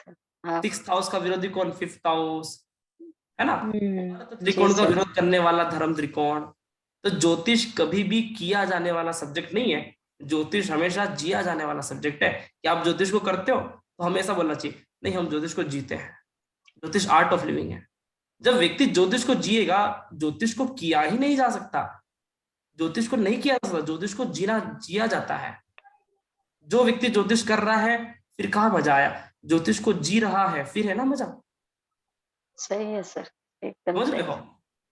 ज्योतिष ज्योतिष कर्म का सब्जेक्ट नहीं। हाँ जी। सर जैसे जैसे अभी 4th हाउस का आपने राहु को बताया, तो जैसे 10th, अगर 4th में राहु है तो 10th में केतु होएगा, और केतु तो बिना सिर का है, तो वो कर्म में इंसान को, जातक को मतलब कर्म में डीप नॉलेज लेने में वो मदद करेगा कि उसके बिजनेस में उसको मदद करेगा? दशम भाव में केतु है, करेगा। तो जी सबसे पहली बात तो ये है कि वो व्यक्ति व्यापारी बनने वाला व्यक्ति नहीं है, क्योंकि दशम भाव में केतु व्यक्ति को खुफिया नौकरी, या फिर हाई सिक्योरिटी वाली जॉब, या फिर आप बोल दो कि भारत सरकार के अंडर में व्यक्ति कार्य करता है, क्योंकि उसका कर्म ही है कि गुप्त तरह से चीजों को लेना और देना। अगर ऐसा व्यक्ति भारत सरकार के साथ रहे तो बहुत बढ़िया है, भारत सरकार के सानिध्य में काम करे तो बहुत बढ़िया है, क्योंकि केतु मंगल की तरह होता है। मंगल केतु हाई सिक्योरिटी, और केतु को बोलते हैं अर्धशासकीय ग्रह, ठीक है, अर्धशासकीय, ठीक है। इसको ऐसा भी बोल सकते हैं कि ये लोग सिविल ड्रेस में रहते हैं लेकिन पुलिस वाले होते हैं, सीबीआई जैसे। हाँ सीबीआई जैसे, ठीक है ना। ये सारे केतु होते हैं। अभी बैठे रहेंगे कि भैया क्या करना है, कुछ नहीं करना, बातें करके गया ट्रेन में, मालूम पड़ा ऑफिस गया, उसके पहले ही वो बैठा है, ठीक है ना, सिविल ड्रेस में रहता है। तो दशम भाव में केतु व्यक्ति को अच्छे पोर वाली जॉब दिलाता है। अगर कोई भी कर्म कर रहा होगा तो उसका अच्छा पोर होगा, दशम की केतु होगा। तो ऐसे दशम केतु वाले को तो लॉ लाइन में भी जा सकता है वो? हाँ जा सकता है ना, उसका एक अच्छा, जिस भी डिपार्टमेंट में जाएगा उसका एक अच्छा पोर होगा, क्योंकि केतु का हमेशा से एक सीक्रेट पावर, खुफिया पावर होता है। लोग अंदर ही अंदर उसको बहुत ज्यादा सपोर्ट करते हैं और वो अंदर ही अंदर बहुत ज्यादा पावरफुल होता है अपने काम में, तो मतलब जैसे अजीत डोभाल जो भारत का है बाहर खुफिया, अजीत डोभाल है जो अजीत डोवल सिक्योरिटी ये काम कर रहे हैं ना अभी, अजीत हाँ डोवल जी हाँ इसके जी बारे में बोला है। इसके अच्छा। बारे में। हाँ जी, जैसे वो है मतलब खुफिया एजेंट करते हैं ना काम इंडिया हाँ, का। बिल्कुल बिल्कुल। केतु का 12th उनका हाउस, केतु 10th में ही होगा फिर तो। केतु का 12th हाउस में बैठना, 10th हाउस में बैठना व्यक्ति को बहुत ज्यादा सिक्योरिटी वाला कार्य करने की प्रेरणा देता है। ठीक है, हायर सिक्योरिटी। ऐसे लोग बड़े पद पे होते हैं, कभी कोई छोटा पद पे आपको नहीं मिलेगा। ठीक है ना, अगर वो छोटा काम कर रहा होता है तो वहां वो सफलता पा ही नहीं सकता। अजीत डोवल सर बहुत बहुत सीक्रेट से काम करता है। हाँ, इंडिया के उसको लिए ऐसा करता है। काम चाहिए कि जहाँ पे कुछ गहरे राज हो, ठीक है ना, उसकी पड़ताल करना हो। छोटे काम में कहाँ उसको इतना मौका मिलेगा। ठीक है ना, किसी बड़ी प्लेटफॉर्म पे जाएगा तो मजा आएगा ना। तो ऐसे लोगों को हमें Yes, sir. किसी के अगर वो उसकी गवर्नमेंट जॉब लग जाए बहुत बढ़िया है ऐसे लोगों का, गवर्नमेंट जॉब में बहुत मिनिस्ट्री में है प्रोग्रेस करेगा। प्रोग्रेस करेगा। अर्धशासकीय नौकरी बोलता है उसको, सेमी गवर्नमेंट जॉब। ठीक है, उसको टर्निंग पॉइंट का क्या है सर, वो अभी सब्जेक्ट है ना, वो टर्निंग पॉइंट टर्निंग पॉइंट हमारा लाइफ का टर्निंग पॉइंट हमेशा राहु देता है। रामायण देख लो, जब भी कुछ भी समझ नहीं आए आपको राहुल महर्षि से पूछने की आवश्यकता ही नहीं, एक बार रामायण उठा के देख लो, क्योंकि मैं भी वही उठा के जवाब देता हूँ। टर्निंग पॉइंट कहाँ आया राम जी का, राम जी का टर्निंग कहाँ आया, ऐसे तो जिंदगी निकाल रहे थे। जैसे ही राहु आया टर्निंग पॉइंट आया। अभी राहु आने के बाद राहु की महादशा, राहु की अंतर्दशा में व्यक्ति को जितने टर्निंग पॉइंट देखने को मिलेंगे ना, उतने टर्निंग पॉइंट आपको किसी दशा में देखने को नहीं मिलेंगे। किसी दशा में नहीं मिलते, सही बात सर है। जब उनको वनवास हुआ, सर जब उनको वनवास हुआ तब टर्निंग पॉइंट नहीं आया? तब भी टर्निंग पॉइंट था उनके लिए, बहुत बड़ा टर्निंग पॉइंट। अच्छा ठीक है ना, अच्छा अच्छा, तो तब रीजन राहु तब रीजन में बताता हूँ। टर्निंग मतलब व्यक्ति का समय। ठीक है ना, अभी उनकी माता ने उनको दिया, क्या दिया कि तू वनवास जा। चंद्रमा माता का है, वो उनके प्रारब्ध से टर्निंग पॉइंट था। ओके, क्योंकि चंद्रमा कब चालू होता है, हमारा जब भी जन्म होता है। ठीक है, चंद्रमा जिस नक्षत्र में बैठा होता है ना, वहीं से हमारी महादशा चालू होगी। हाँ जी सर। चंद्रमा एकमात्र ऐसा व्यक्ति है जो प्रारब्ध से आया है। ठीक है, वो जो राम जी का जो 14 वर्ष का वनवास था, उसमें केकी को जरूर समस्या आ गया कि लोग उनको ऐसा बोलते हैं, जबकि वो उनके प्रारब्ध से लिखा हुआ था कि आपको जाना है। ठीक है, वो तो एक निमित्त बनी केकई तो, कि मैं भैया, समझ पा रहे हो। और वही केकई फिर बाद में द्वापर युग में यशोदा बनी कि अभी बहुत हो गया मेरे को। ठीक है, अभी बहुत संघर्ष देख लिया है। द्वापर युग में वही केकई यशोदा बनी, चाहे जन्म देवकी ने दिया हो, लेकिन यशोदा को फेमस करके आ गए, क्योंकि भगवान सारे का कर्जा उतार देते। ठीक है, अभी यशोदा का नाम कितना फेमस है। ठीक है, नाम फेमस नहीं है, जबकि केकई और यशोदा एक ही व्यक्ति है, जैसे राम और कृष्ण है। अरे वो तो उनका प्रारब्ध था। केके ने राम जी आए वनवास से, बोला कि माता को क्या चाहिए, उन्होंने एक ही बात बोला कि बदनामी बहुत हो गई है, अभी कितना ही कुछ भी कर ले मेरा कुछ नहीं हो सकता। समझ रहे हो, तो केके तो बदनाम होगी ना यार, कि इसने अपने बेटे को वनवास दिया।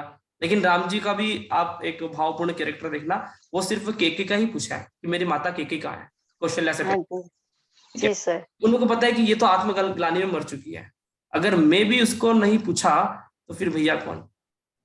तो वो प्रारब्ध से था। टर्निंग पॉइंट हमेशा व्यक्ति को आता है राहु से, और टर्निंग पॉइंट आता है जब चंद्रमा के ऊपर शनि गुजर रहा गोचर में।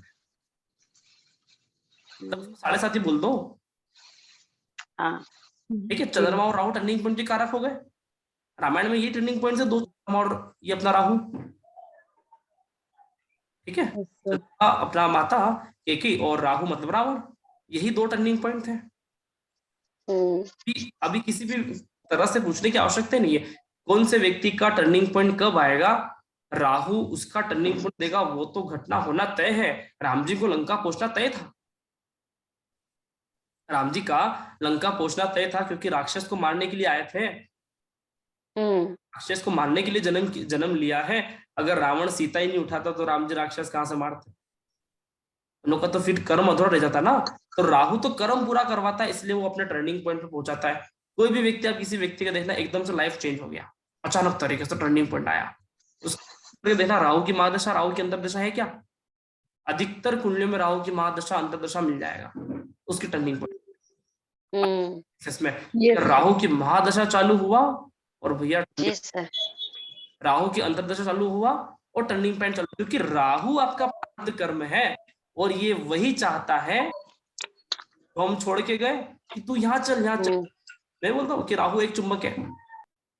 आप बोल दो कि सभी ग्रह एक लोहा है, आयरन है, तो राहु मैग्नेट है, मैग्नेट है, लोहे को खींच लेगी, कोई भी ग्रह हो उसको खींच लेगा।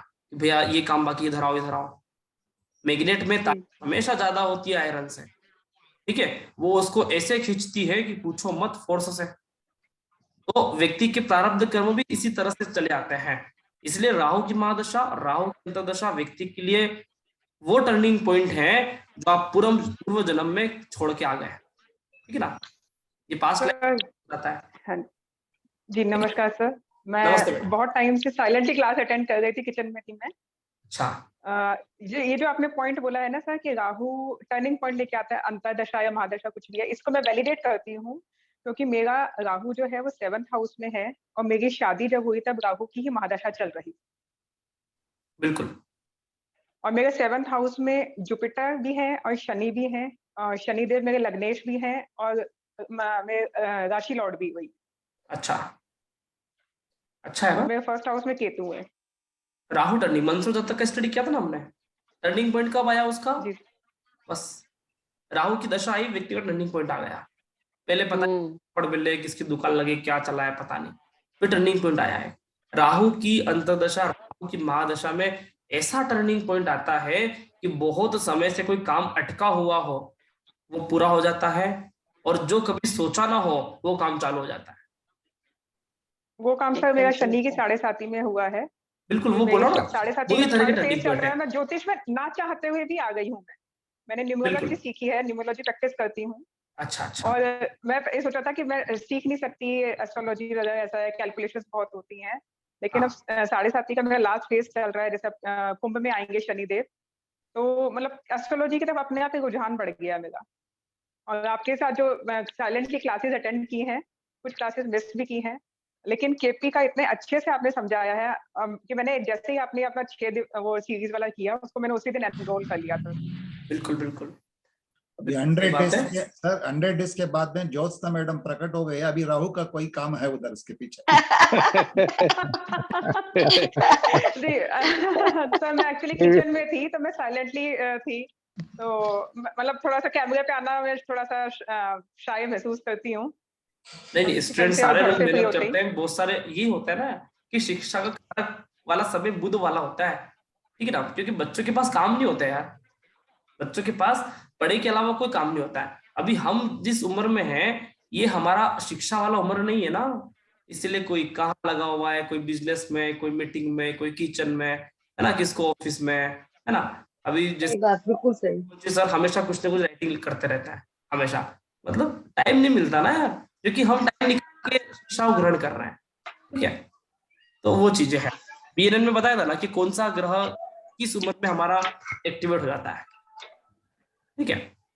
अभी जिसका भी गुरु अच्छा होगा ना, 40 से 60 साल की उम्र में उसको वापस शिक्षा मिलेगा, क्योंकि बीएनएन ये बताता है ना, 0 से 3 साल चंद्रमा, 3 साल से 16 साल स्कूल चले हम, 16 साल लव लेटर मिला क्या, 25 साल पैसा कमाओ, भागो, साहसी बनो, मेहनत करो, है ना, युवा हो। 40 साल के बाद 40 से 60 साल गुरु, अभी वापिस से समय आया है बिग बाउंस कि जो नहीं कर पाए आप करेंगे 40 के बाद, ठीक है। देखना 40 से 60 साल की उम्र वाले लोग अधिकतर मिल जाएंगे आपको, क्योंकि वो नहीं कर पाए ना, वापिस आ गए मैदान में। मेरी गुरु की महादशा चल रही है अभी। हाँ, अब इस चीज को नोटिस करना, बीएनएन प्रोसेस है। 40 से 60 साल की उम्र के लोगों में अद्वितीय रुझान बन जाता है एकदम से कि अब पढ़ना है वापस से। सर मैं एक बात बोलूं, मैं अपनी बात बोल रही हूँ, कुंडली की वैसे चर्चा नहीं कर रही, लेकिन आप बात बोल रहे हैं तो मेरा वृषभ लग्न है और अष्टमी सुहा गुरु की महादशा चली, तो वो मेरी जो ज्योतिष का ज्ञान बढ़ा दिया, मतलब वहां से मैंने ज्योतिष शुरू किया।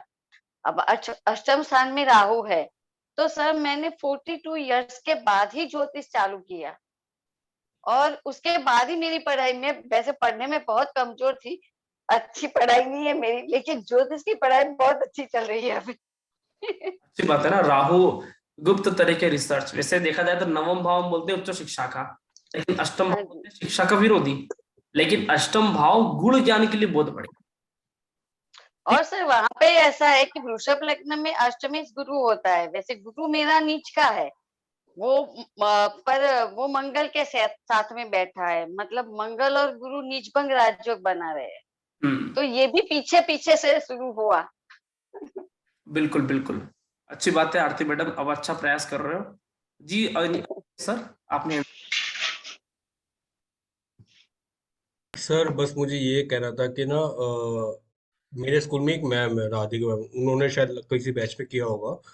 तो मेरा ना एक्सीडेंट हुआ था नवंबर में। अच्छा। नवंबर में मेरा एक्सीडेंट हुआ था, जिसकी वजह ब्रेन हेमरेज हुआ था, एक्सीडेंटल ब्रेन हेमरेज था वो। ओहो।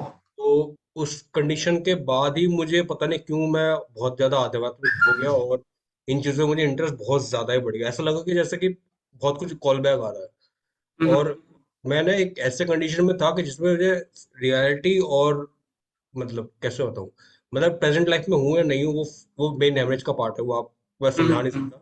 एक ऐसे कंडीशन में था। उसके बाद ही ना ये सब चीजें बहुत ज्यादा एक्टिव हो गई, मतलब मैंने घुसता गया। और अब मैं आध्यात्मिक हो गया, पूजा पाठ में लग गया, अपने आप चेंज आया ये। मैं ऐसा था नहीं, जबकि आई वॉज अ पर्सन जो पार्टीज करता था। मैं अभी 40 में लगा हूँ, जस्ट नहीं 40 का 30 में लगा हूँ जस्ट। तो मैं बहुत छोटा आई थी।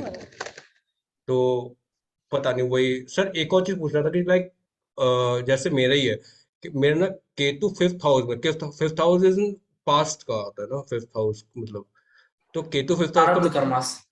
क्या मतलब क्या रिजल्ट आउट कर सकते हो केतु को फिफ्थ हाउस में? फिफ्थ हाउस में केतु, ठीक है ना, जैसे तो देखा जाए काल पुरुष कुंडली से सूर्य का पक्का घर होता है, सिंह राशि है, और सिंह राशि केतु का सबसे फेवरेट स्थान है। चाहे पाराशरी बोलती हो कि वृश्चिक और धनु राशि में केतु अपने उच्च का होता है, लेकिन सिंह राशि केतु का सबसे फेवरेट स्थान होता है। अगर केतु पंचम में है, व्यक्ति को जीवन में एक ऐसा प्रेम करने वाला जरूर मिलेगा लाइफ में, जो उसने कभी भी सोचा भी नहीं होगा इतना प्रेम करने वाला मिलेगा। पंचम का केतु व्यक्ति को ऐसा प्रेम देता है, चाहे उस प्रेम के पास व्यक्ति कनेक्ट ना हो पाए, लेकिन उसकी लाइफ में वो होता है। चाहे उसके साथ रहने का उसको मौका ना मिले, लेकिन एक अंदर से होता है ना कि कोई व्यक्ति आंतरिक हृदय से चाहता हो, ठीक है ना, केतु का इफेक्ट है। ठीक है, पंचम में केतु व्यक्ति को बहुत ज्यादा आंतरिक तरह से सोचने पर मतलब आप समझ लो कि आप बोल रहे हो ना कि मेरे को एकदम से कुछ हुआ, अचानक मेरे को सोचने मजबूर हुआ, अभी छोटी छोटी बातों को सोचने लग गए होंगे। ठीक है, पंचम भाव और केतु, पंचम भाव होता है हमारा ज्ञान का, हमारा इसको बोलते हैं मेंटल कैपेसिटी का, और केतु मतलब सूक्ष्मतम अवस्था है। मतलब आप सूक्ष्म से सूक्ष्म बातों को सोचने लग गए, अब गहरी से गहरी बातों को सोचने लग गए। हाँ, मैं बहुत डेप्थ ऑब्जर्वर टाइप्स हो गया एक्चुअली। मैं अब तो ऐसा हो गया कि मैं बंदे को देख के उसका मतलब किसी का चेहरा भी देख लिया ना, मुझे पता नहीं इसको फेस रीडिंग कहूंगा या क्या कहूंगा। मेरे साथ हो चुका है, अभी रिसेंट टाइम पे ही हुआ है कि उसका सिर्फ चेहरा देख के ना मैंने उसका पास्ट से लेकर प्रेजेंट क्या क्या और अभी की कंडीशन तक बता दिया था। क्योंकि सूक्ष्म सूक्ष्म बातें बता रहे हो ना, पंचम का केतु व्यक्ति को सूक्ष्मता की ओर ले जा रहा है। ठीक है ना, चाहे आप इसको लोगों को पता ना चले कि ये व्यक्ति इतना स्मार्ट हो सकता है, लेकिन आप अंदर से जानते हो कि मैं क्या हूं। तो लोग कभी गेस नहीं कर पाएंगे कि आप क्या हो, लेकिन आपको अंदर से पता है कि मेरे अंदर क्या है। ये चीजें पंचम केतु वालों हमेशा रहती है कि उसको बाहर से लोग उतना नहीं जान पाते, लेकिन आंतरिक रूप से वो व्यक्ति बहुत मजबूत। ठीक है, थैंक हाँ जी। और सर कस्पल चार्ट का सर क्या एक्चुअली कस्पल चार्ट का एक मिनट एक एक करके सर वही कस्पल चार्ट में कई ग्रह आगे पीछे हो जाते हैं, तो किसको लें सर, हम लगन को इम्पोर्टेंस दें या कस्पल को? सर देखो, लगन की डिग्री, जैसे आप वो रत्न वाली बात कर रहे हो ना, कल आपने प्रश्न किया था, ठीक है जी, जैसे कि लगन की डिग्री आपको हमेशा ध्यान रखना है। लगन का डिग्री बताया ना मैं आपको, कौन सा लगन कौन सी डिग्री से चालू हो रहा है। ठीक है, एक छोटा सा उदाहरण देता हूँ कि मान लो कि लगन की डिग्री 10 है, ठीक है ना, मान लो कुंभ लग्न है, कुंभ लग्न की डिग्री 10 है, अभी पंचम भाव ग्रह बैठा हुआ है, ठीक है, अभी पंचम भाव में कोई भी ग्रह बैठा हुआ है, मान लो कि मिथुन राशि में कोई ग्रह बैठा हुआ है और उसकी डिग्री मान लो 10 डिग्री से आसपास हो, 1-2 डिग्री आसपास हो, समझ रहे हो, 8 डिग्री हो या फिर 12 डिग्री हो, 13 डिग्री हो, तो वहां पे हमेशा से व्यक्ति को एक प्रॉब्लम आती है कि ये कस्पल में कहा गया, क्योंकि वो भाव संधि की स्थिति में बैठा हुआ है। अगर मान लो कि कोई 20 डिग्री पे है तो वहां पे हमें समस्या नहीं है, क्योंकि लगन 10 से चालू हुआ है, 20 पे बैठा है, यहाँ पे समस्या नहीं है। लगन भी 10 से चालू हो रहा है और वो ग्रह भी सामने वाला 10, 12 या 8 पे आके बैठा हुआ है, तो यहाँ पे हमको प्रॉब्लम हो सकती है कि वो कस्पल चार्ट में कितने डिग्री से चालू हुआ, शुरुआती में आके बैठ गया, समझ रहे हो। तो वो वाली भाव संधि मेरा एक वीडियो है अपने यूट्यूब पे कि केपी भाव विस्तार, मैं आपको क्लास के बाद डालता हूँ, ठीक है ना। ठीक है सर, ठीक, थैंक यू। या फिर मैं ग्रुप में डाल दूंगा, उसमें मैंने बहुत अच्छे समझाया हुआ है कि कैसे कोई भी राशि घटती है, कोई भी राशि बढ़ती है ना, राशि का घटना राशि का बढ़ना कैसे होता है और कैसे कौन सी राशि का भाव संधि होता है, वो मैं आपको एक्सप्लेन कर दूंगा, ठीक है। ठीक है सर, ठीक, थैंक यू। ये सब इफेक्ट डालता है राशि जैसे बढ़ती है घटती है तो? नहीं, ये गणित का पार्ट है, ऐसे ब्रह्मांड में राशि घटती बढ़ती नहीं है, लेकिन अच्छा, जैसे कि कोई भी जैसे कि भाव होता है वो 17 डिग्री से लेकर 42 डिग्री तक हो सकता है। हम अनुमानित मानते हैं हमेशा कि भाव भी 30 डिग्री का होता है, जबकि वास्तव में ऐसा हाँ। क्यों होती है, जबकि भाव कम ज्यादा हो सकता है, ठीक है। अभी मान लो कि कोई 1 डिग्री पूरी लगन चालू हो गया, ठीक है, और वो भाव नहीं हो, ठीक है, तो 1 से 25 डिग्री तक एक राशि आ गई, अब 25 से फिर शुरुआत की, ठीक है, तो ऐसे में एक राशि लुप्त हो जाती है, ठीक है, क्योंकि भाव आरंभ को बताती है।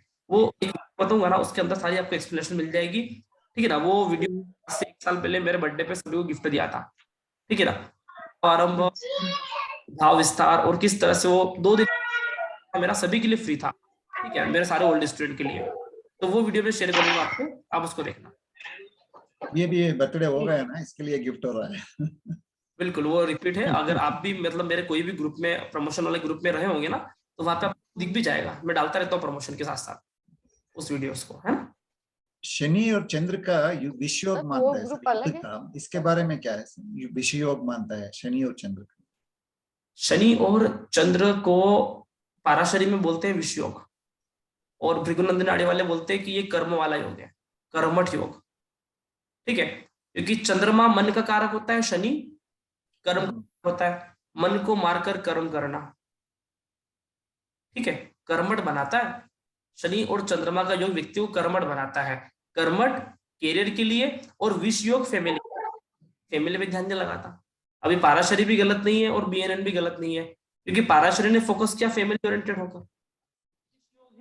शनि और चंद्रमा साथ में है तो विष योग है, फैमिली पे ध्यान नहीं लगा पाता है, और शनि और चंद्रमा साथ में है तो व्यक्ति कर्मठ है, अपने कैरियर पे ध्यान लगा रहा है।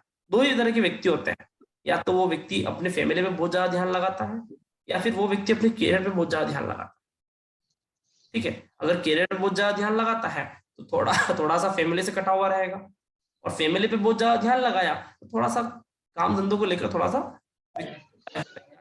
7th and 6th कॉम्बिनेशन, ठीक है। तो ये 2 तरह की चीजें एक्सप्लेनेशन करती है। शनि और चंद्रमा का योग जो होता है वो व्यक्ति को थोड़ा सा प्रवृत्ति, आप उन लोगों की आदतों में ऐसा देख सकते हो कि वो लोग अगर सुबह उठेंगे तो उन लोगों का वो नहीं, जरूरी नहीं कि बिस्तर साफ करना है, उठ के चले गए, वापस से आएंगे, 8-10 घंटा काम करेंगे, वापस से चले गए, वो अपने काम पे काम ध्यान लगाते हैं, उनको पता नहीं चलता क्या हो रहा है, क्योंकि चंद्रमा जो कि सफेद कलर है और शनि जो काला कलर है, तो चंद्रमा को कहीं ना कहीं से दूषित तो करता है, ठीक है। तो उनका बेडरूम कभी भी देखना इतना अच्छा नहीं होगा, चाहे कितना ही अच्छा बेडरूम बना हुआ हो, चीजें अस्त व्यस्त पड़ी हुई रहेगी, ठीक है। या फिर ऐसा कह सकते हो कि ये लोग किसी एक ही कार्य में कर्मठ होते हैं, बाकी आलसी होते हैं। अपने कैरियर को लेकर कर्मठ है, बाकी कि ये करना है तो बोले कर लो, हर काम में आलसी, ठीक है, एक काम में बढ़िया। तो ये एक तरह से विषय है ना, यार एक काम तो बढ़िया करते हो, बाकी तो 4 काम आप नकार देते हो, तो ऐसा ये भी क्या शनि चंद्र का युति चल रहा है आज का टाइम में, अभी टाइम हाँ। मकर राशि में शनि चंद्र इकट्ठे है अभी शनि तो अब चंद्रमा तो क्या है कि हर 27 दिनों में वो तो सभी से मिलके आ जाता है, उसका ज्यादा है ना, वो उसको तो कहाँ बैठेगा वो, अभी 2 दिन बैठेगा फिर चल जाएगा पड़ोसी के घर, ठीक है। तो वो तो मिलनसार व्यक्ति है, वो तो घूमता फिरता रहता है, 1 महीने में सब कुछ पार कर लेता है। एक दूसरा क्वेश्चन था मेरा कि जैसे आपने बताया ना कि हर एक ग्रह का नक्षत्र उसका मन होता है, जैसे बुध है और बुध जिस नक्षत्र में है तो वो नक्षत्र का स्वामी उसका मन है। तो जैसे हम ग्रह में बोलते हैं ना कि परिवर्तन, एक ग्रह दूसरे घर में बैठता है और दूसरा ग्रह उसके घर में बैठता है, राशि परिवर्तन। हाँ, राशि परिवर्तन। वैसे ही अगर सर नक्षत्र में ऐसा हो कि चंद्र के नक्षत्र में सूर्य हो और सूर्य के नक्षत्र में चंद्र हो, तो उसमें कैसे हमें सोचना होगा? राशि परिवर्तन बताता है कर्मों का आदान प्रदान, कर्म है, ठीक है ना जी सर। और नक्षत्र मन है, ठीक है।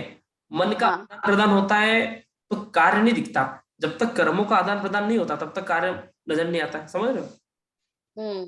ठीक है, मन का, इसलिए नक्षत्र परिवर्तन योग को हमेशा से थोड़ा सा राशि में भी हमेशा थोड़ा सा, है ना, इतना विस्तार नहीं दिया गया, राशि परिवर्तन योग को हमेशा से विस्तार दिया गया क्योंकि यहाँ पे कुछ कर्म के एक्सचेंज हुए हैं, ठीक है। अच्छा, ऋषि पाराशर जी बोलते हैं, हाँ, ऋषि पाराशर जी बोलते हैं कि भैया आपके पास दुनिया में कुछ चीजें लौट के आए या ना आए, लेकिन एक चीज ऐसी है जो आपको हमेशा लौट कर आएगा और उसका नाम है कर्म। आपने किसी को प्यार किया, जरूरी नहीं सामने वाला आपको प्यार करे, आपने किसी को मन से चाहा, जरूरी नहीं वो आपको मन से चाहे, लेकिन एक चीज है जो कर्म है वो लौट कर आएगा। समझो, किसी के लिए कुछ कर्म किया ना वो डेफिनेटली लौट कर आएगा। राशि हमेशा से बहुत महत्वपूर्ण होती है। बिल्कुल सर, यहाँ पे मैं ये पूछना चाहती हूँ, जैसे चंद्रमा मन का कारक है और सूर्य आत्मा का कारक है, ठीक है, दोनों ही इम्पोर्टेंस है पूरी कुंडली में। अगर चंद्रमा सूर्य का नक्षत्र धारण करता है और सूर्य चंद्रमा का नक्षत्र धारण करता है तो फिर क्या आएगा व्यक्तित्व में, ये पता नहीं चलता। नहीं, ऐसा आप तुझको से एक्सप्लेन कर सकते हो क्या आएगा। वैसे इन दोनों का जो नक्षत्र हुआ है, ठीक है, तो ये आत्मिक और मानसिक रूप से एक है, आप ऐसा कह सकते हो। ओके, ठीक है, मतलब इसका जो आत्मा बोलता है वही उसका मन बोलता है, जो इसकी मन बोलती है वही उसका आत्मा बोलता है, बाकी कर्म जो भी होंगे ना वो राशि के द्वारा एक्सप्लेन होंगे, ठीक है ना। ओके सर, हाँ जी, जी सर, समझ गए मैं, थैंक यू सर। ऐसी स्थिति में बहुत सारी जगह हम देखते हैं कि सूर्य और चंद्रमा मान लो त्रिकोणीय संबंध बना है तो भी है, क्योंकि आत्मा और मन एक ही वे में चल रहा है। जी सर। जब भी सूर्य और चंद्र षडाष्टक युग में आ जाते हैं, सूर्य पहले भाव में बैठा है, चंद्र 8वें भाव में बैठा है, ये अच्छा नहीं, क्योंकि आत्मा कुछ और कह रही, मन कुछ और कह रहा, ठीक है ना। ऐसे पाठ में सफलता को प्राप्त करना बड़ा कठिन कार्य हो जाता है, क्योंकि आत्मा कुछ, मन ने कुछ और कहा, ठीक है। कथनी और करनी में फर्क होता है सर। उसको हमेशा से दिक्कत आती है, उसको लगा कि यार मेरे को जाना है, सुबह उठा या बोले इंदौर चला जाता हूँ, ठीक है, आत्मा कुछ और, मन कुछ और कह रहा है, ठीक है।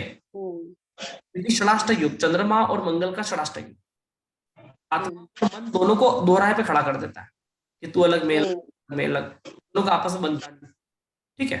इनों का नवम पंचम योग, ज्योतिष बोलते हैं नवम पंचम योग बहुत अच्छा माना जाता है, जी सर, ठीक है। सूर्य और चंद्रमा का 1-5-9 में, अगर सूर्य में है, चंद्रमा पंचम में हो जाए, नवम में हो जाए, बहुत बढ़िया है, ठीक है। आत्मिक स्तर, मानसिक स्तर, ऐसे लोग काफी ऊंचे होते हैं, उनके सोच विचार, उनके जो कथनी लगभग एक जैसे होते हैं, सोचा वो किया, ठीक है। जो सर जैसे आपने बताया ना कि नवम पंचम जैसे योग है वो अच्छा है, फिर हम बोलते हैं कि 6, 8, 12 षडाष्टक वो गलत है।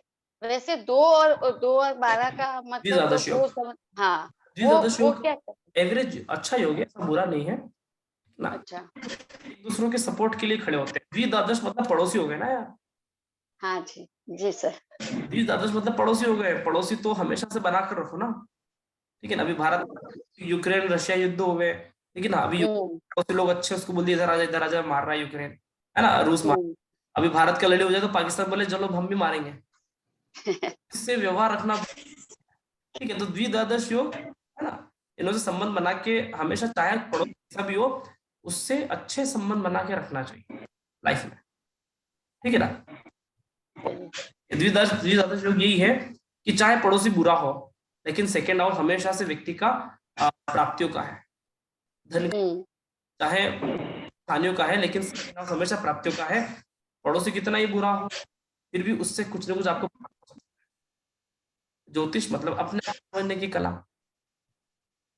समझ रहे हो सर? आप दृष्टि देते हो ना, तभी दृष्टि पहुंचती है। इसीलिए पड़ोसियों से बना के रखो, द्विद्वादश योगों से बना के रखना चाहिए। कुंडली में कोई भी ग्रह द्विद्वादश हो, ये दोनों से बना के रखो। और आपको लगता है कि यार ये मेरा विरोध कर रहा है, ऐसा है, लेकिन बना के रखना बहुत जरूरी है, क्योंकि संकट में ये आके खड़े होंगे। पड़ोसी सबसे पहले आए, ठीक है ना, परिवार वाले बाद सबसे पहले आके पड़ोसी खड़ा होगा। इसलिए वो कितना ही बुरा हो, लेकिन फिर भी सेकेंड है ना, मतलब बुरा हो, लेकिन सेकेंड हाउस मतलब उससे फिर भी प्राप्त किया जा सकता है, ठीक है ना। तो ये द्विद्वादश योग का कमाल है कि द्विद्वादश योग एक दूसरे के मित्र होते हैं हिसाब से, कि चाहे बुरा हो लेकिन फिर मित्रों की श्रेणी में आते हैं। सबसे अच्छा नवम पंचम, सबसे बुरा 6-8 योग, और द्विद्वादश योग अच्छा योग है, बुरा नहीं कह सकते इसको। सर शनि केतु की युति को कैसे देखेंगे? शनि केतु का जो युति होता है कर्म, और केतु है धर्म के लिए खड़ा, धर्म के लिए ही खड़ा है, ठीक है ना। आमतौर पे जैसे कि अभी इसका भी स्टोरी रामायण से लेते हैं कि रावण ने शनिदेव को कर लिया था, ठीक है। रावण ने शनिदेव को किडनैप कर लिया था, और उस किडनैप को छुड़वाया था हनुमान जी ने, याद है ना स्टोरी में? जी जी जी। क्योंकि इंद्रजीत को जब पैदा किया, सभी ग्रहों को 11th हाउस में भर्ती कर लिया, चल तू भी इधर आ, तू भी इधर आ। हाँ जी हाँ जी। जो 11th हाउस में नहीं हुए तो उसको किडनैप कर लिया कि तो बात नहीं मानता है, ठीक है। तो शनिदेव को किडनैप करके बहुत रखा, हनुमान जी गए और शनिदेव को छुड़वा के लाए, क्योंकि रावण ने कर्म को ही बांध दिया। उसको लगता है कि मेरे कर्म खराब है, तो मैं कर्म के देवताओं को बांध लूं, कौन करेगा मेरा, समझ पा रहे हो। और केतु की युति व्यक्ति को किसी भी तरह से बंधन में बांध दे, क्योंकि शनि और केतु साथ, इसीलिए तो हमारी संस्कृति बोलती है कि शनिवार को भी, जैसे शनि तो बी का ग्रह है ना, लेकिन शनिवार को भी हनुमान जी की पूजा की जाती है। अभी कायदे से मंगलवार को करना चाहिए, शनिवार का नाम क्यों आ गया? कर्म करो ना यार, सूर्य और हनुमान तो मतलब राम और हनुमान तो खास है। संडे को पूजा करना चाहिए, मंगलवार को करना चाहिए, अभी शनिवार को क्यों कर रहे हैं? किसी भी तरह से व्यक्ति के बंधन में ना बंधा, इसलिए शनि केतु कॉम्बिनेशन व्यक्ति को कर्मों के बंधन में बांध के रखता ही नहीं है। वो व्यक्ति अपने आप में एक आध्यात्मिक व्यक्ति है, उसको ना किसी से डर है, ना किसी से लोभ है, ना किसी से लालच है, वो अपना जिंदगी मस्त चलाना जानता है, ठीक है। ताराशरीस को ऐसा बोलती है कि शनि और केतु की जो युति है वो व्यक्ति को करियर को लेकर थोड़ा सा दिक्कत देती है फाइनेंशियली, ठीक है। जबकि इसका वास्तविक अर्थ ये है कि शनि और केतु व्यक्ति को भौतिक जीवन में फंसने नहीं देती, समझ रहे हो? भौतिक जीवन में उसको फंसने नहीं देगी, क्योंकि शनि के साथ केतु है ना, अभी कर्म आपका नहीं फंसेगा, ठीक है। आप स्पिरिचुअल हो जाओगे, जीवन में कोई घटना ऐसी होगी उसके बाद काफी स्पिरिचुअल हो जाओगे। शनि केतु का युति वालों कह सकते हो कि एक घटना पहले ऐसे हुए होंगे, एक घटना ऐसा हुआ, उसके बाद काफी स्पिरिचुअलिटी आपके अंदर आ गई। आपको पता है कि व्यक्ति कर्म सिद्धांत बहुत अच्छे समझ जाता है, ठीक है। ठीक है। तो राहु इसे टर्निंग पॉइंट देता है। अभी कालपुरुष कुंडली में राहु फर्स्ट हाउस में है, गोचर में, उसको क्या रिजल्ट आता है? राहु गोचर में, जैसे कि राहु कालपुरुष कुंडली में मेष राशि में बैठा हुआ है, ठीक है। अभी ये मेष राशि का जो राहु है ना, आप छोटे व्यक्ति को भी ज्यादा गुस्सा करते हुए देखोगे, समझ रहे हो? ये 1-1.5 साल तक लोगों के दिमाग में रहेगा। मतलब इस टाइम पे हमको किसी से वाद विवाद करना नहीं है, क्योंकि ये है ना अपना मेष मतलब आपका सिर, हेड है, राहु है।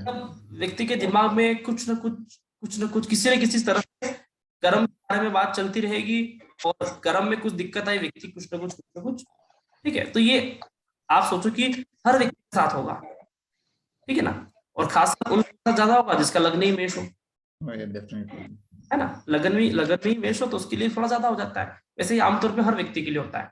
थोड़ा सा राहु व्यक्ति को प्रोसेस क्या बोलती है कि पुरुष कुंडली ही मेन कुंडली है, थोड़ा सा अभी गुस्सा ज्यादा आएगा, ठीक है, अभी थोड़ा सा उसको समझने की जरूरत है, ऐसा चालू हो जाता है। अभी मंगल की राशि में राहु है तो मंगल थोड़ा सा नेचर वाला है, ठीक है ना, अस्त्र शस्त्र वाला है तो उसके हाथ पांव जल्दी उड़ जाते हैं, है ना, थोड़ा सा। सर अभी के लिए आज्ञा दीजिए, और ज्योतिषना मैडम जाने वाले हैं।